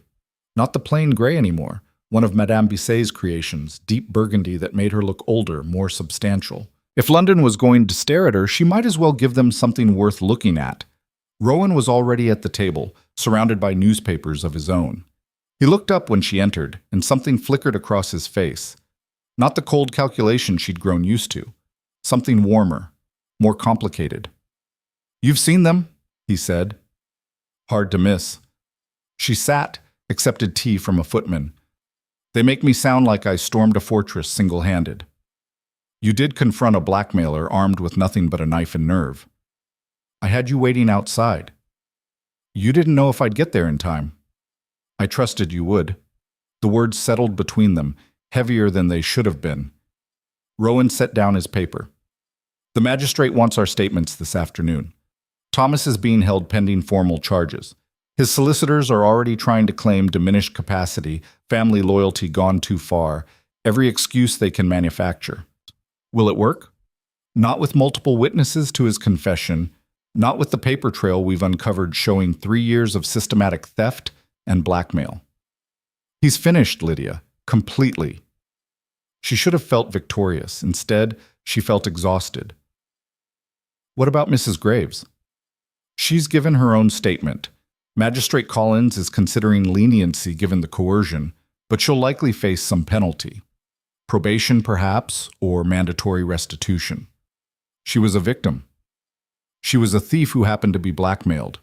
The law sees both. He paused. I'm not pressing charges. Formally. Whatever the magistrate decides is his business, but I won't pursue it. That's generous. It's practical. Prosecuting a woman I employed for 15 years makes me look careless. Showing mercy makes me look magnanimous. His smile was tired. Everything in London is about appearances. Even this? Especially this. The footmen refilled their cups. Lydia waited until he left before speaking again. About yesterday. In the church. Don't.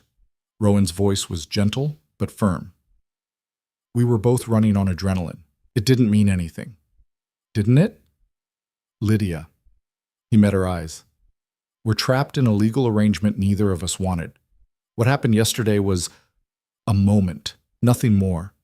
We can't afford to complicate things by pretending otherwise. The words stung more than they should have. Of course. Wouldn't want to complicate things. I didn't mean, yes, you did. She set down her cup. But you're right. We have roles to play, appearances to maintain. Can't let something as inconvenient as actual feeling get in the way. That's not fair. Neither is any of this. She left before he could respond. The afternoon at the magistrate's office was long and tedious.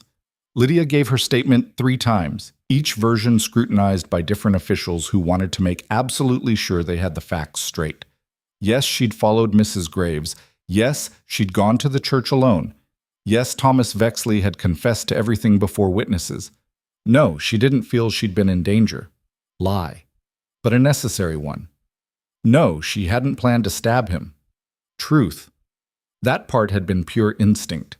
By the time they finished, evening had fallen. Rowan was waiting in the corridor, talking with Magistrate Collins in low, urgent tones. Both men looked up when she approached. "Ah, Your Grace," the magistrate bowed slightly. "Your testimony has been invaluable. Thanks to you, we have sufficient evidence to proceed with prosecution. I'm glad I could help. More than help.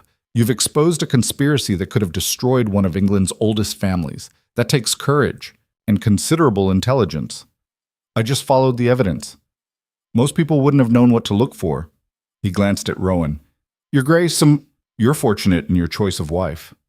"I'm aware," Rowan said quietly. Collins departed. They stood alone in the dim corridor, gas lamps flickering against wood paneling.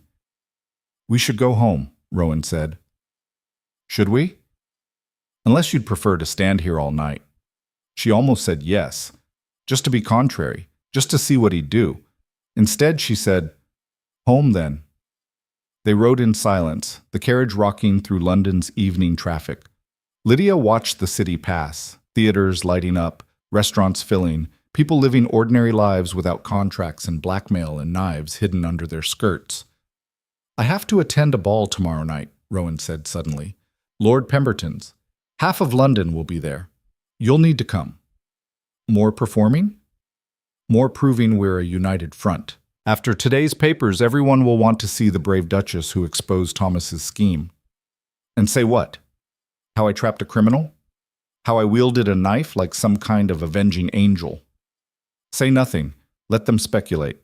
Your silence will be more powerful than any explanation." "I'm getting tired of being silent."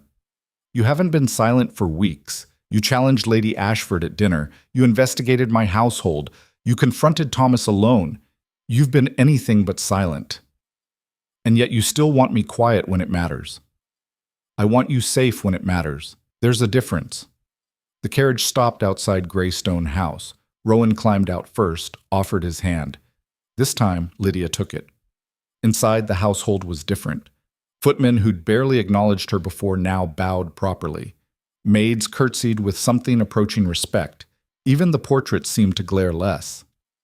Mrs. Graves was waiting in the entrance hall. She looked smaller somehow. Older. The rigid authority that had defined her was gone, replaced by something fragile. "Your Grace," she said to Rowan. Then turning to Lydia, "Your Grace, I wanted to apologize. For everything. For stealing, for lying, for putting you both in danger. I have no excuse except fear, and I know that's not enough." Lydia glanced at Rowan. He gave a slight nod. "Your call." "You were blackmailed," Lydia said. "Coerced into stealing to protect your sister. That doesn't excuse the theft, but it explains it. His Grace has been more than generous in not pressing charges. His Grace is practical. I'm simply trying to understand." Lydia stepped closer. "Tell me about your sister, the one who needed medical care." Mrs. Graves's eyes widened. She had consumption. The doctors said she needed treatment in Switzerland, clean air, specialized care. It would have cost a fortune we didn't have. And you took the money from household accounts. A little at first. Just enough for her passage, the initial expenses. But the treatment went on longer than expected, and Thomas found out, and her voice broke. And he used it against me. Made me keep funneling money to him. Said if I stopped, he'd expose me. I'd lose my position, my sister would die, and I'd end up in prison. Where's your sister now? Still in Switzerland. Getting better, finally. The doctors say she'll recover fully. Lydia turned to Rowan. How much was stolen? Total? Roughly 800 pounds over 3 years. And how much went to Thomas versus legitimate medical care? His eyebrows rose. I'd have to review the accounts in detail. But based on Mrs. Graves's statement, perhaps 200 to Thomas, 600 to her sister's treatment. Lydia looked back at Mrs. Graves. You'll repay what was taken for your sister. We'll arrange a payment plan that doesn't leave you destitute. The money that went to Thomas is his debt, not yours. His legal expenses can cover it. Your Grace, I don't deserve... You don't. But your sister does. And firing you now, prosecuting you, destroying what's left of your life, that doesn't help anyone. It just creates more suffering. Tears ran down Mrs. Graves's weathered face. Thank you. Thank you both. I'll spend the rest of my life making this right. See that you do. The housekeeper curtsied deeply and left, shoulders shaking with silent sobs. Rowan stared at Lydia. That was remarkably generous. Was it? I just thought it was practical. Lose an experienced housekeeper, suffer months of training a replacement, deal with the gossip of why she left. Or keep her, make her loyal through mercy instead of fear, and move forward. You're learning. I had a good teacher. His expression shifted. Lydia, about what I said this morning, don't. Now it was her turn to cut him off. You were right. We're trapped in a contract. What happened in the church was adrenaline and fear and proximity. It didn't mean anything. That's not what I need to dress for dinner. Unless you'd prefer I eat in my rooms? No, join me. Please. The please made her pause. Rowan didn't say please, didn't ask, just commanded and expected obedience. All right, she said. Give me 20 minutes. Son. Dinner was different than their usual silent standoffs across an ocean of table. Rowan had the footmen set places closer together. Still formal, but conversational. They talked about the ball tomorrow, what to expect, who would be there. He told her about Lord Pemberton's political ambitions, Lady Pemberton's legendary gossip network, the younger daughter who was being pushed toward a match she clearly didn't want. You're well informed about people's private lives, Lydia observed. I have to be. Information is currency in London. The more you know, the less you can be blindsided. Is that what Thomas did? Blindsided you? Thomas has been trying to destroy me for 5 years, since I inherited instead of him. The title should have been his. My father and his were brothers, but my father was older. When he died, I got everything. Thomas got nothing, except bitterness, and debt, and a gambling problem he couldn't control, and a desperate need to prove he deserved what I have. Rowan drank wine, set the glass down carefully. I knew he was plotting something. I just didn't know what until you found it. And now? Now he's finished. His reputation is destroyed, his legal troubles are mounting, and any claim he had to the title is gone. The family name might recover. He won't. You sound almost sorry. I'm not sorry he's facing justice. I'm sorry it came to this, that he couldn't just accept reality and move on. Lydia understood that. The inability to accept what is and move forward.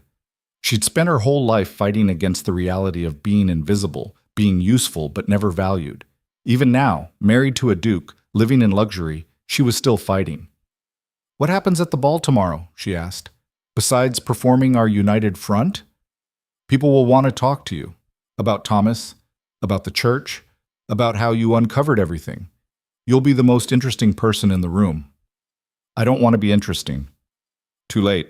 You already are. Then what should I say? Whatever you want. You've earned that right. She looked at him across the table. This man who'd been a stranger 3 weeks ago, who'd threatened her family and forced her into a marriage neither of them wanted. He looked tired. The shadows under his eyes had deepened, but there was something else too, something that hadn't been there before. Respect.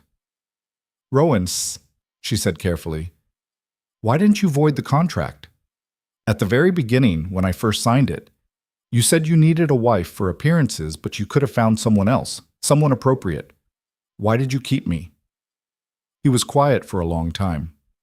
"Because you were already signed in, already legal, already there. Finding someone else would have taken time I didn't have, and it would have looked like I couldn't manage my own affairs." That's the practical answer. What's the real one? That is the real one. No, it's not. He met her eyes. Because when you refused to sign my list of rules, when you stood in that dust-covered room and told me you weren't my possession, I realized you were the first person in years who'd told me no. Everyone else, they bow, they scrape, they agree to everything because I'm a duke. You didn't. You fought back, and I thought— He paused. I thought if I had to be married to someone, it might as well be someone who wouldn't just let me become a tyrant. Lydia's chest tightened. You wanted someone to fight you. I wanted someone real. Everything in my life is performance, contracts and obligations and people who want things from me. You didn't want anything except to be left alone. That was refreshing. I wanted my family safe. Which is honest. You didn't want money or status or to climb the social ladder. You just wanted to protect the people you loved. That's rare, Lydia. Rarer than you know. She didn't know what to say to that. They finished dinner in silence, but it was different now, comfortable. Like maybe they were learning to exist in the same space without constantly bracing for attack. When she retired to her suite that night, Lydia found a package waiting. Inside was a new gown, deep midnight blue silk that shimmered like starlight, clearly meant for tomorrow's ball. A note accompanied it in Rowan's precise handwriting. For the most interesting woman in the room. Wear it and make them remember why they should have feared you from the start. She held the gown against her body, looked at herself in the mirror. 3 weeks ago, she'd been nobody. The invisible daughter, the useful one, the girl who ran errands and balanced impossible budgets and dreamed of something more without believing it could happen. Now she was the Duchess of Greystone, the woman who'd exposed a conspiracy and confronted a criminal and stabbed a man who'd tried to kill her. She looked different, felt different. Maybe she was different. Maybe she'd always had this inside her, just waiting for circumstances desperate enough to drag it out. The ball was everything Rowan had promised. Hundreds of guests, music loud enough to rattle windows, champagne flowing like water. Lord Pemberton's London residence was magnificent, all gold leaf and crystal chandeliers and marble floors that reflected the dancers like they were moving through clouds. Lydia wore the midnight blue gown. Madame Bisset had sent a maid to help dress her, and the result was stunning. The bodice fit perfectly. The skirt fell in elegant folds, and when she moved, the silk caught light like captured stars. She felt armor-clad, ready for battle. Rowan was waiting at the bottom of the stairs, immaculate in black evening wear. He looked up when she descended, and whatever he'd been about to say died in his throat. "You look—" He stopped, started again. "That gown is perfect." "You chose well." "Madame Bisset chose well. I just paid for it." "Then you paid well." His almost smile appeared. "Ready for this?" "As I'll ever be." He offered his arm. She took it. Together, they entered the ballroom. Conversation stopped. Heads turned.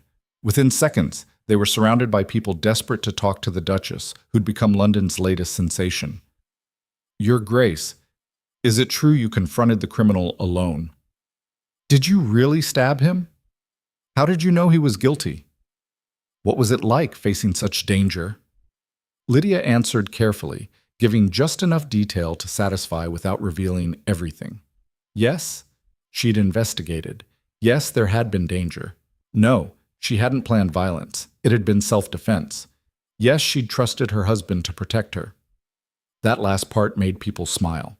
The idea of the Duke as protective husband, the Duchess as brave but ultimately dependent on male strength. It wasn't entirely accurate, but it was what they wanted to hear. Lady Ashford appeared, face tight with something that might have been grudging respect. "Your Grace, I must say I underestimated you. Most people do. Clearly to their detriment, you've proven yourself far more capable than anyone anticipated. Thank you, I think. It was intended as a compliment. Your handling of the Vexley situation shows considerable intelligence and courage, qualities we don't often see in new brides too concerned with social acceptance. Lydia met the woman's eyes. I'm not concerned with acceptance. I'm concerned with survival. There's a difference. Indeed there is. Lady Ashford almost smiled. You'll do well here, Your Grace, assuming you continue to trust your instincts over your desire to please. She moved away, leaving Lydia slightly stunned. Did Lady Ashford just approve of me? She asked Rowan. Appears so. You've won over the harshest critic in London. Congratulations. I didn't do it for approval. I know, that's probably why you got it. They danced. Rowan was a good dancer, precise, controlled, leading without forcing. Lydia followed, hyper-aware of his hand on her waist, the warmth of him through layers of silk and wool. Everyone's watching us, she murmured. Let them. They're watching a duke and duchess who've weathered scandal and come out stronger. That's a good story. Is that what we are? Stronger? We're still standing. That counts. The music swelled. They turned together and Lydia caught sight of themselves in one of the massive mirrors lining the walls. They looked like they belonged together, like this was real instead of a contract born from a clerical error. Maybe that was the trick of survival. Keep performing long enough, and the performance becomes truth. When the dance ended, more people crowded around. Not just aristocrats now, merchants, politicians, people from layers of society Lydia had never imagined meeting.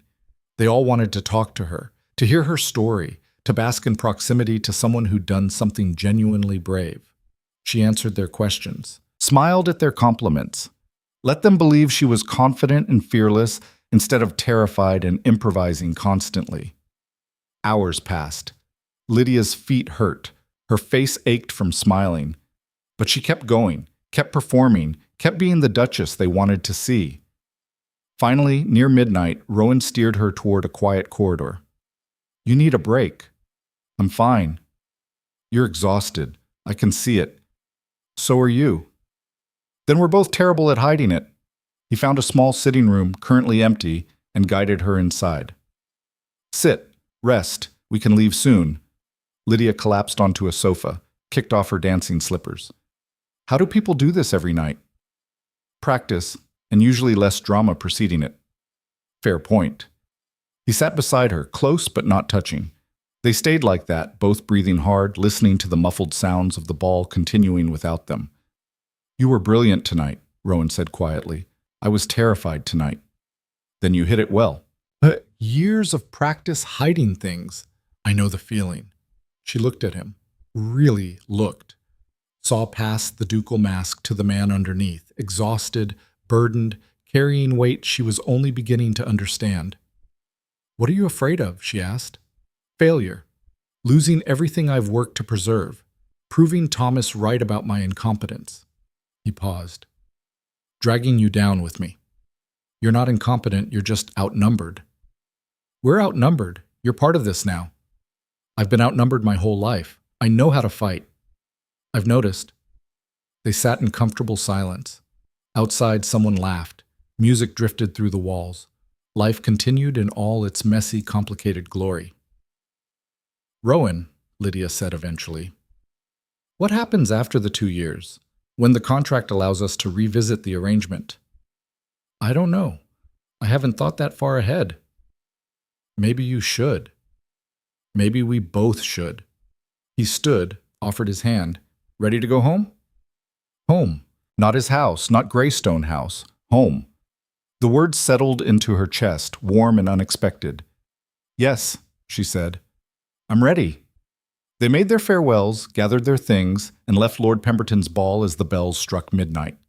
The carriage ride was quiet, both of them too tired for conversation. But when they arrived at Greystone House, when Rowan helped her down from the carriage, his hand lingered on hers for just a moment longer than necessary.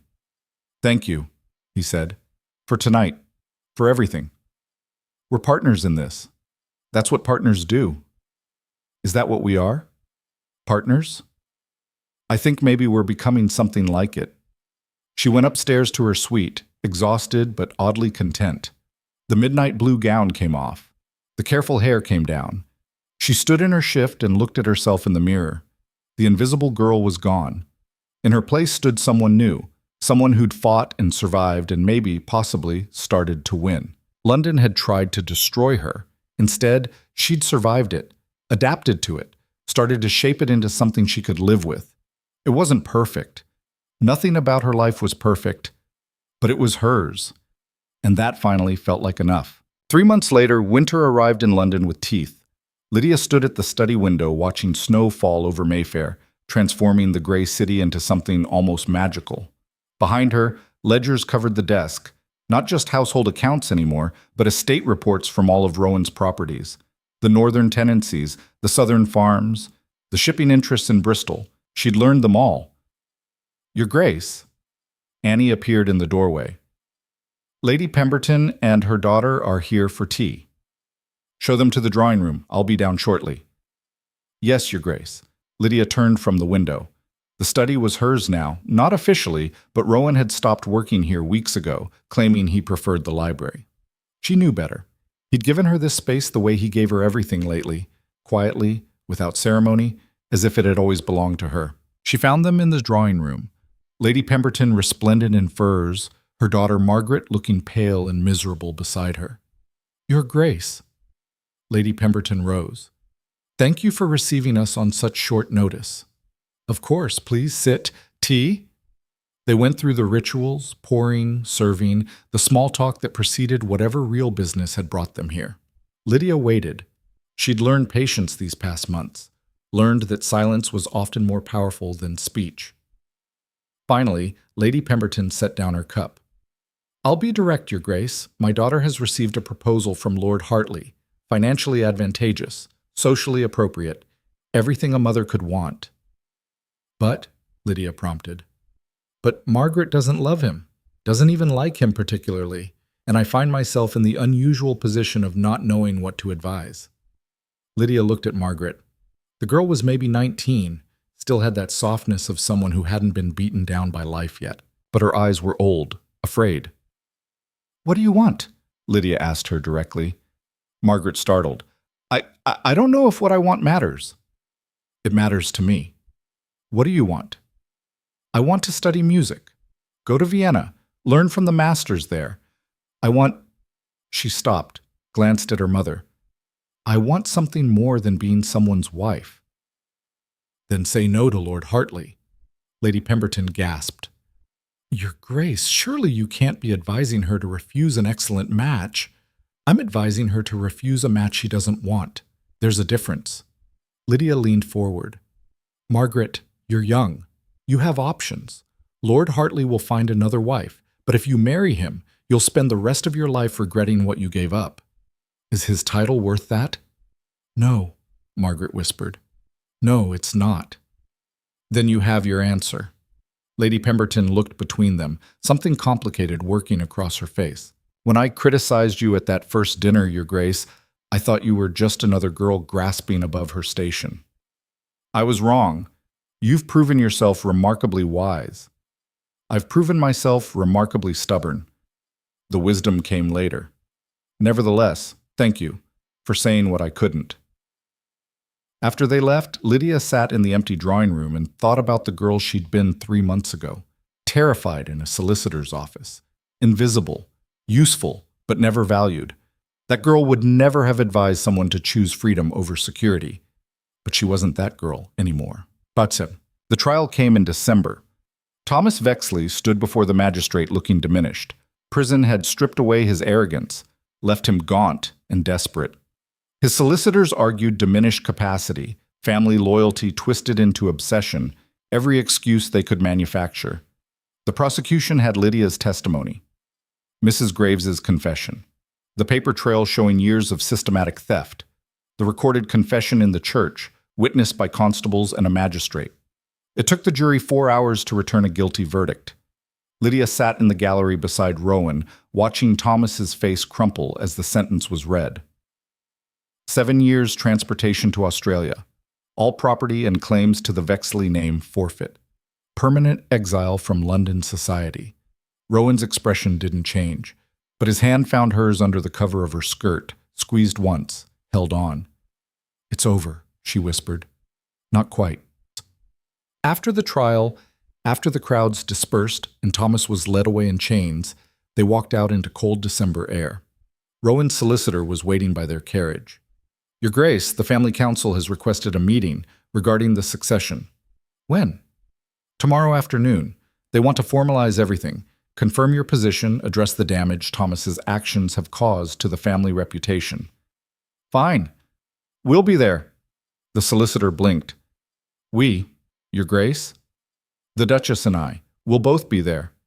"But it's highly unusual for a Duchess to attend family council meetings?" "Then it's time we establish new precedents." Rowan's voice was ice. "My wife uncovered the corruption, confronted the criminal, and helped secure the conviction that saved this family's reputation. If she's not welcome at the table, then neither am I." "Of course, Your Grace. I'll inform the council." He scurried away. Lydia looked at Rowan. "You didn't have to do that." "Yes, I did. You've earned a seat at that table. More than earned it. They won't like it." "They don't have to like it. They just have to accept it." They climbed into the carriage. As it pulled away from the courthouse, Lydia watched London roll past and thought about what tomorrow would bring. The family council was old men in a room deciding the fate of estates and fortunes. Women weren't invited, weren't consulted, weren't considered capable of understanding such matters. Tomorrow, she'd be the first exception. Tomorrow, she'd prove them wrong again. The council meeting was held at the Vexley Ancestral Estate in Berkshire. They took the train, arriving at a massive house that made Greystone House look modest. Stone walls, ancient oak trees, a sense of history so thick you could choke on it. Inside, 12 men waited around a table, all of them old, all of them staring at Lydia like she'd sprouted horns. "Your Grace," the eldest, Lord Edmund Vexley, Rowan's great-uncle, spoke first. "We weren't expecting the Duchess." "Then you should have been more specific in your invitation." Rowan pulled out a chair for Lydia. "My wife stays." "This is most irregular." "So is having a family member attempt to destroy the duchy through blackmail and theft. I'd say we're well past worrying about regular." Lydia sat. Rowan sat beside her. The old men exchanged glances but said nothing. Lord Edmund cleared his throat. "Very well. The matter at hand is succession. With Thomas's conviction and exile, the direct line is secure. However, the scandal has damaged the family reputation significantly. We need to discuss restoration." "The scandal was caused by Thomas," Rowan said. "Not by me, not by my wife. We're the ones who exposed it and ended it. Nevertheless, the association remains.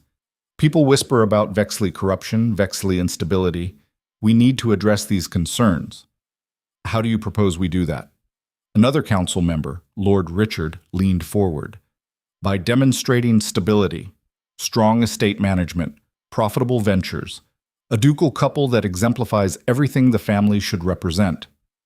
"We already do that." "With respect, Your Grace, you've been married only 3 months. The Duchess was unknown before this marriage. Questions remain about her suitability." "Stop!" Lydia's voice cut through the room like a knife. Every head turned toward her. She stood, walked to the head of the table where a stack of reports waited, reports she'd sent ahead. "These are the Northern Estate accounts. 3 months ago, tenants were on the verge of revolt. Rent was impossible, the land agent was corrupt, and production was failing. His Grace dismissed the agent and appointed me to negotiate new terms." She opened the top report. Rents were reduced by 15%. In exchange, tenants agreed to productivity quotas and infrastructure improvements. Result? Harvest yields up 20%. Tenant satisfaction high. Revenue actually increased despite lower rents because we're producing more. She moved to the next report.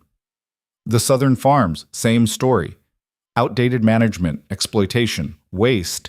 I implemented rotating crops, invested in modern equipment, gave workers a profit-sharing arrangement. Productivity up, costs down. Workers loyal instead of resentful. Next report. The shipping interests in Bristol. They were hemorrhaging money because the manager was taking bribes to prioritize certain cargo over others. I fired him, hired someone competent, and instituted transparent accounting. We've turned a profit for the first time in 2 years. She looked around the table. Every man was staring at her. You want to discuss my suitability? Fine. I'm a girl from nowhere who married above her station. I have no title by birth, no family connections, no breeding that qualifies me for this position by your standards. But in 3 months, I've turned around failing estates, exposed corruption, and helped secure a conviction that saved this family's reputation. So if you want to question my suitability, go ahead, but know that everything I've done has made the Vexley name stronger, not weaker. Silence. Then Lord Edmund laughed. Actually laughed. Rowan, where did you find this woman? She found me, through a clerical error, actually. Then it was the luckiest error in family history. The old man stood, walked around the table to face Lydia. Your Grace, I apologize for doubting you. You've proven yourself more capable than most men I know. The family is fortunate to have you. Thank you. No, thank you. He turned to the rest of the council. I move we formally recognize the Duchess of Greystone as full member of this council with voting rights on all family matters. All in favor? Hands rose. Not all of them. 3 men kept their arms firmly down. But 9 out of 12 was enough. Motion carries. Welcome to the family council, Your Grace. Lydia sat back down, legs shaking with adrenaline. Rowan's hand found hers under the table again, squeezed, held on like she was the only solid thing in a shifting world. The rest of the meeting passed in a blur of financial discussions, estate planning, strategic decisions about the family's future. Lydia participated, offered opinions, voted on measures. The men who doubted her listened. Some even took notes. By the time they finished, evening had fallen. The council dispersed to guest rooms scattered throughout the massive house. Rowan and Lydia were given the ducal suite, a ridiculous collection of rooms that probably hadn't been occupied in decades. They stood in the sitting room, still wearing their formal clothes, both too wired to think about sleep. You were magnificent, Rowan said finally. I was terrified. You hit it perfectly. Years of practice. He crossed to the window. Outside, snow fell over the Berkshire countryside, turning everything white and clean. You know they'll expect heirs now. A council seat means we're legitimate, which means succession matters. I know. And we're still in separate rooms, still following the contract terms. I know that too. He turned to face her. What do you want, Lydia? Not what the family wants, not what society expects. What do you want? She thought about the question, really thought about it. 3 months ago, she would have said freedom, escape, an end to the contract and a return to her old life. Now? I want this to be real, she said quietly. Not a contract, not a performance. I want what we've been building, the partnership, the trust, the way we work together. I want that to be our foundation instead of a legal agreement. So do I. But I don't want you to feel obligated. The contract still has 1.5 years remaining. You're not required to... She kissed him. This time it wasn't adrenaline or fear, it was choice, deliberate and clear. He kissed back, hands coming up to frame her face, gentle in a way that made her chest ache. When they broke apart, both breathing hard, his eyes were dark. Stay, he said. Not in the Duchess's suite. Here, with me. Are you sure? I've never been more sure of anything. She stayed. They returned to London 2 days later, and something had shifted. Not just between them, though that was obvious enough in the way Rowan's hand lingered on her back when they walked, the way he looked at her across rooms, but in how the city treated them.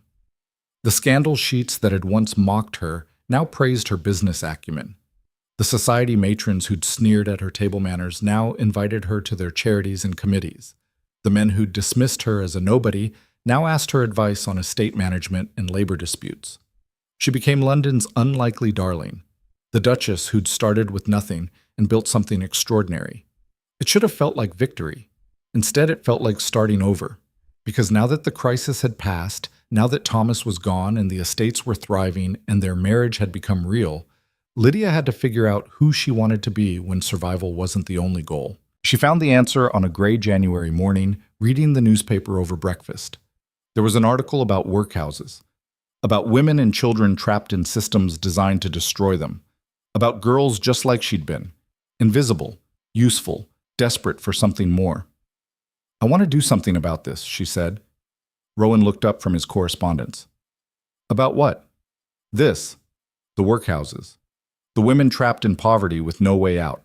I want to help them." "How?" "I don't know yet. Education programs maybe, job training, small loans to start businesses, something that gives them options beyond marriage or servitude."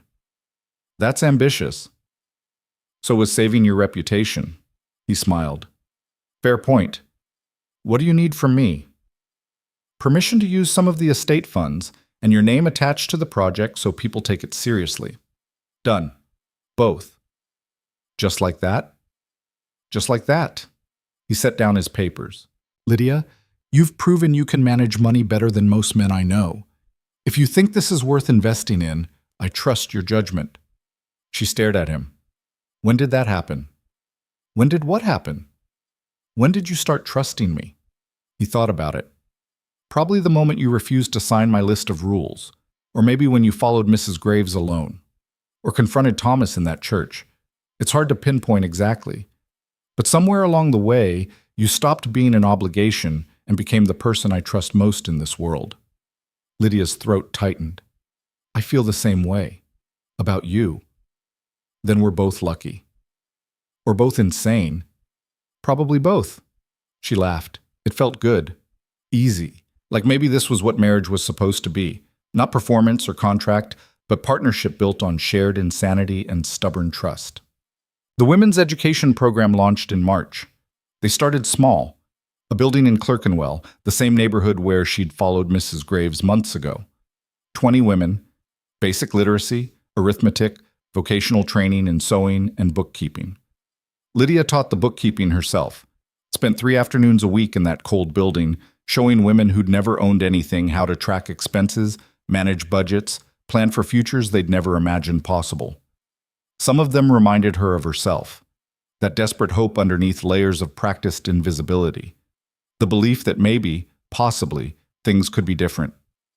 "Your Grace," one woman asked during the 4th week, "why are you doing this?" "Because someone should have done it for me, and didn't." "But you're a duchess now. You made it out." "I got lucky. Lucky in the worst possible way, through a clerical error that could have destroyed me but didn't. Not everyone gets that chance. This program? It's about creating chances that don't depend on luck." The woman nodded slowly. "Will it work?" "I don't know, but we're going to try." By summer, they'd expanded to 3 buildings, 50 women, then 100. Lydia hired teachers, developed curriculum, fought with bureaucrats who thought educating poor women was a waste of resources. She won more fights than she lost. Rowan watched from the sidelines, occasionally offering advice, but mostly letting her build something that was entirely hers. Sometimes he joined her at the buildings, talked to the women, listened to their stories. Lydia would catch him looking at her with something that might have been awe. "What?" she'd ask. "Nothing, just, you're remarkable, that's all." "I'm stubborn." "Same thing, in your case." One evening in late summer, they hosted a fundraising gala, not for themselves, for the education program. The ballroom was packed with London's elite, all of them writing checks to support the initiative. Lady Ashford approached Lydia near the end of the night. "Your Grace, I must say this is the most worthwhile cause I've supported in years." "Thank you, Lady Ashford. And I wanted to apologize for that first dinner, for every assumption I made about you based on your background. You've proven that worth has nothing to do with birth and everything to do with character." "I appreciate that." "I also wanted to tell you, my niece just refused an arranged marriage to pursue medical studies. She said if the Duchess of Greystone could build an empire from nothing, she could certainly become a doctor." Lady Ashford smiled. "You're inspiring women to want more. That's dangerous and necessary." After she left, Lydia stood at the edge of the ballroom watching couples dance. She thought about the girl who'd signed the wrong contract 9 months ago, how terrified she'd been, how certain she was ruined. That girl would never believe where she ended up. Rowan appeared beside her. Penny, for your thoughts? Just thinking about how strange life is, how one mistake changed everything. Was it a mistake? Or was it the best thing that ever happened to both of us? She leaned against him. Little of both, maybe. I'll take it. They stood together, watching their world spin on around them. A world they'd built from ash and contract and sheer stubborn refusal to break. The letter arrived in October. Lydia's mother, writing in her careful script about Cecily's wedding to Lord Pembroke. How beautiful it had been. How happy Cecily seemed. How Mother wished Lydia could have attended but understood she was busy with important Duchess matters. There was a postscript, almost an afterthought. Your father would have been proud of what you've become. I am, too. I'm sorry I never told you that when it mattered. Lydia read it 3 times, then folded it carefully and put it in the drawer where she kept important things. Good news, Rowan asked from the doorway. Cecily got married. Mother says father would have been proud. Are you all right? She thought about it. Yes, I think I am. It's just, I spent so long being invisible to them, being the useful daughter who kept things running, and now they're proud because I'm a duchess, because I did something they can brag about. Does that bother you? It should, but mostly I just feel relieved, like I don't have to prove anything to them anymore. I've proven it to myself. That's enough. He crossed the room, pulled her into his arms. They stood like that for a long moment, just breathing together. I love you, he said quietly. I don't think I've said that yet, but I do. You're the bravest person I know. I love you too, even when you're being impossible. Especially then. She laughed against his chest. Especially then. 1 year later, the scandal sheets published a new headline. Duchess of Greystone announces expansion of women's education program to 12 cities.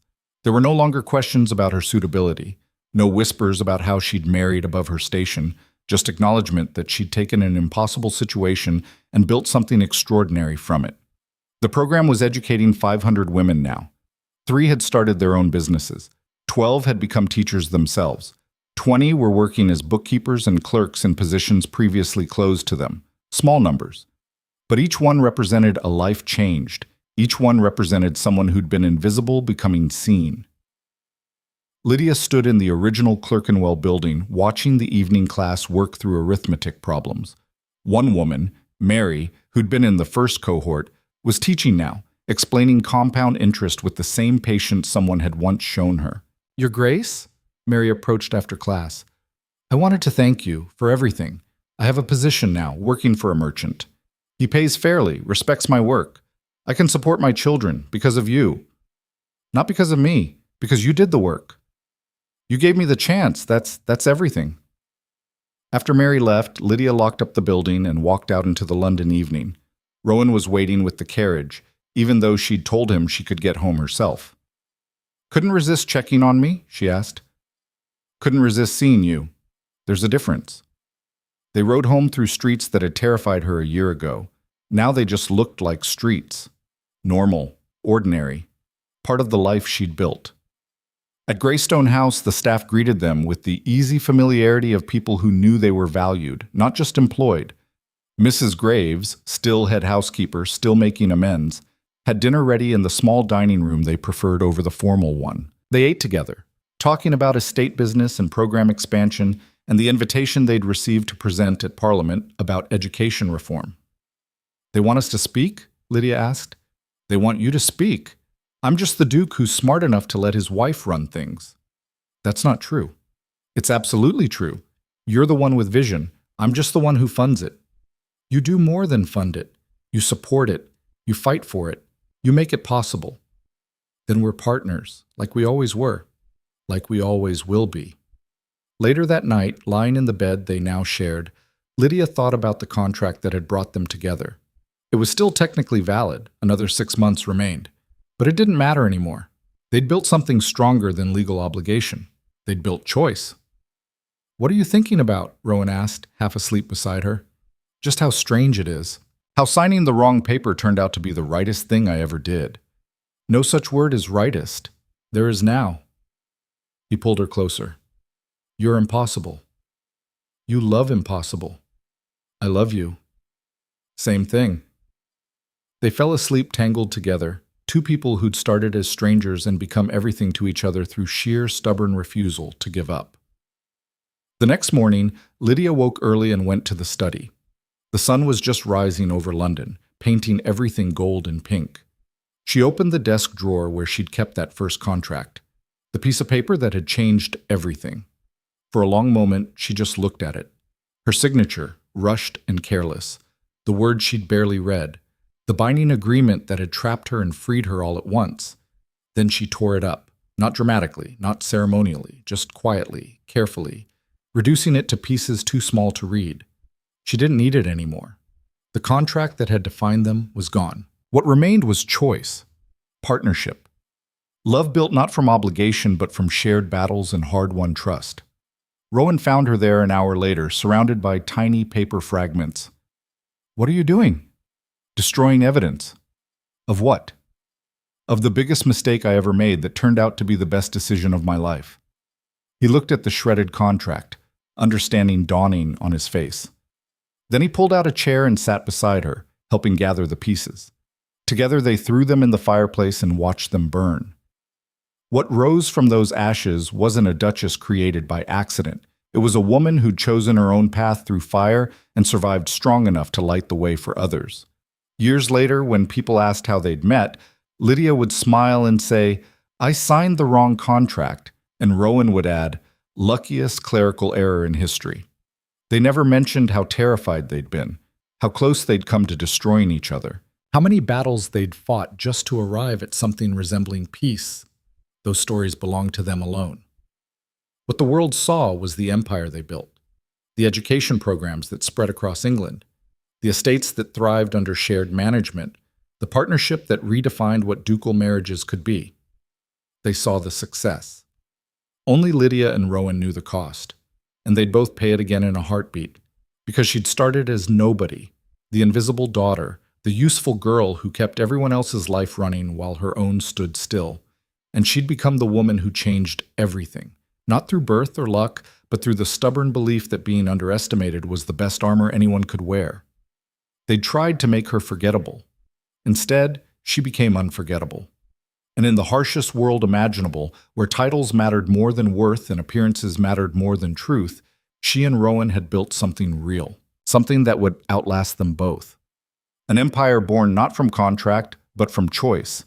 And that made all the difference.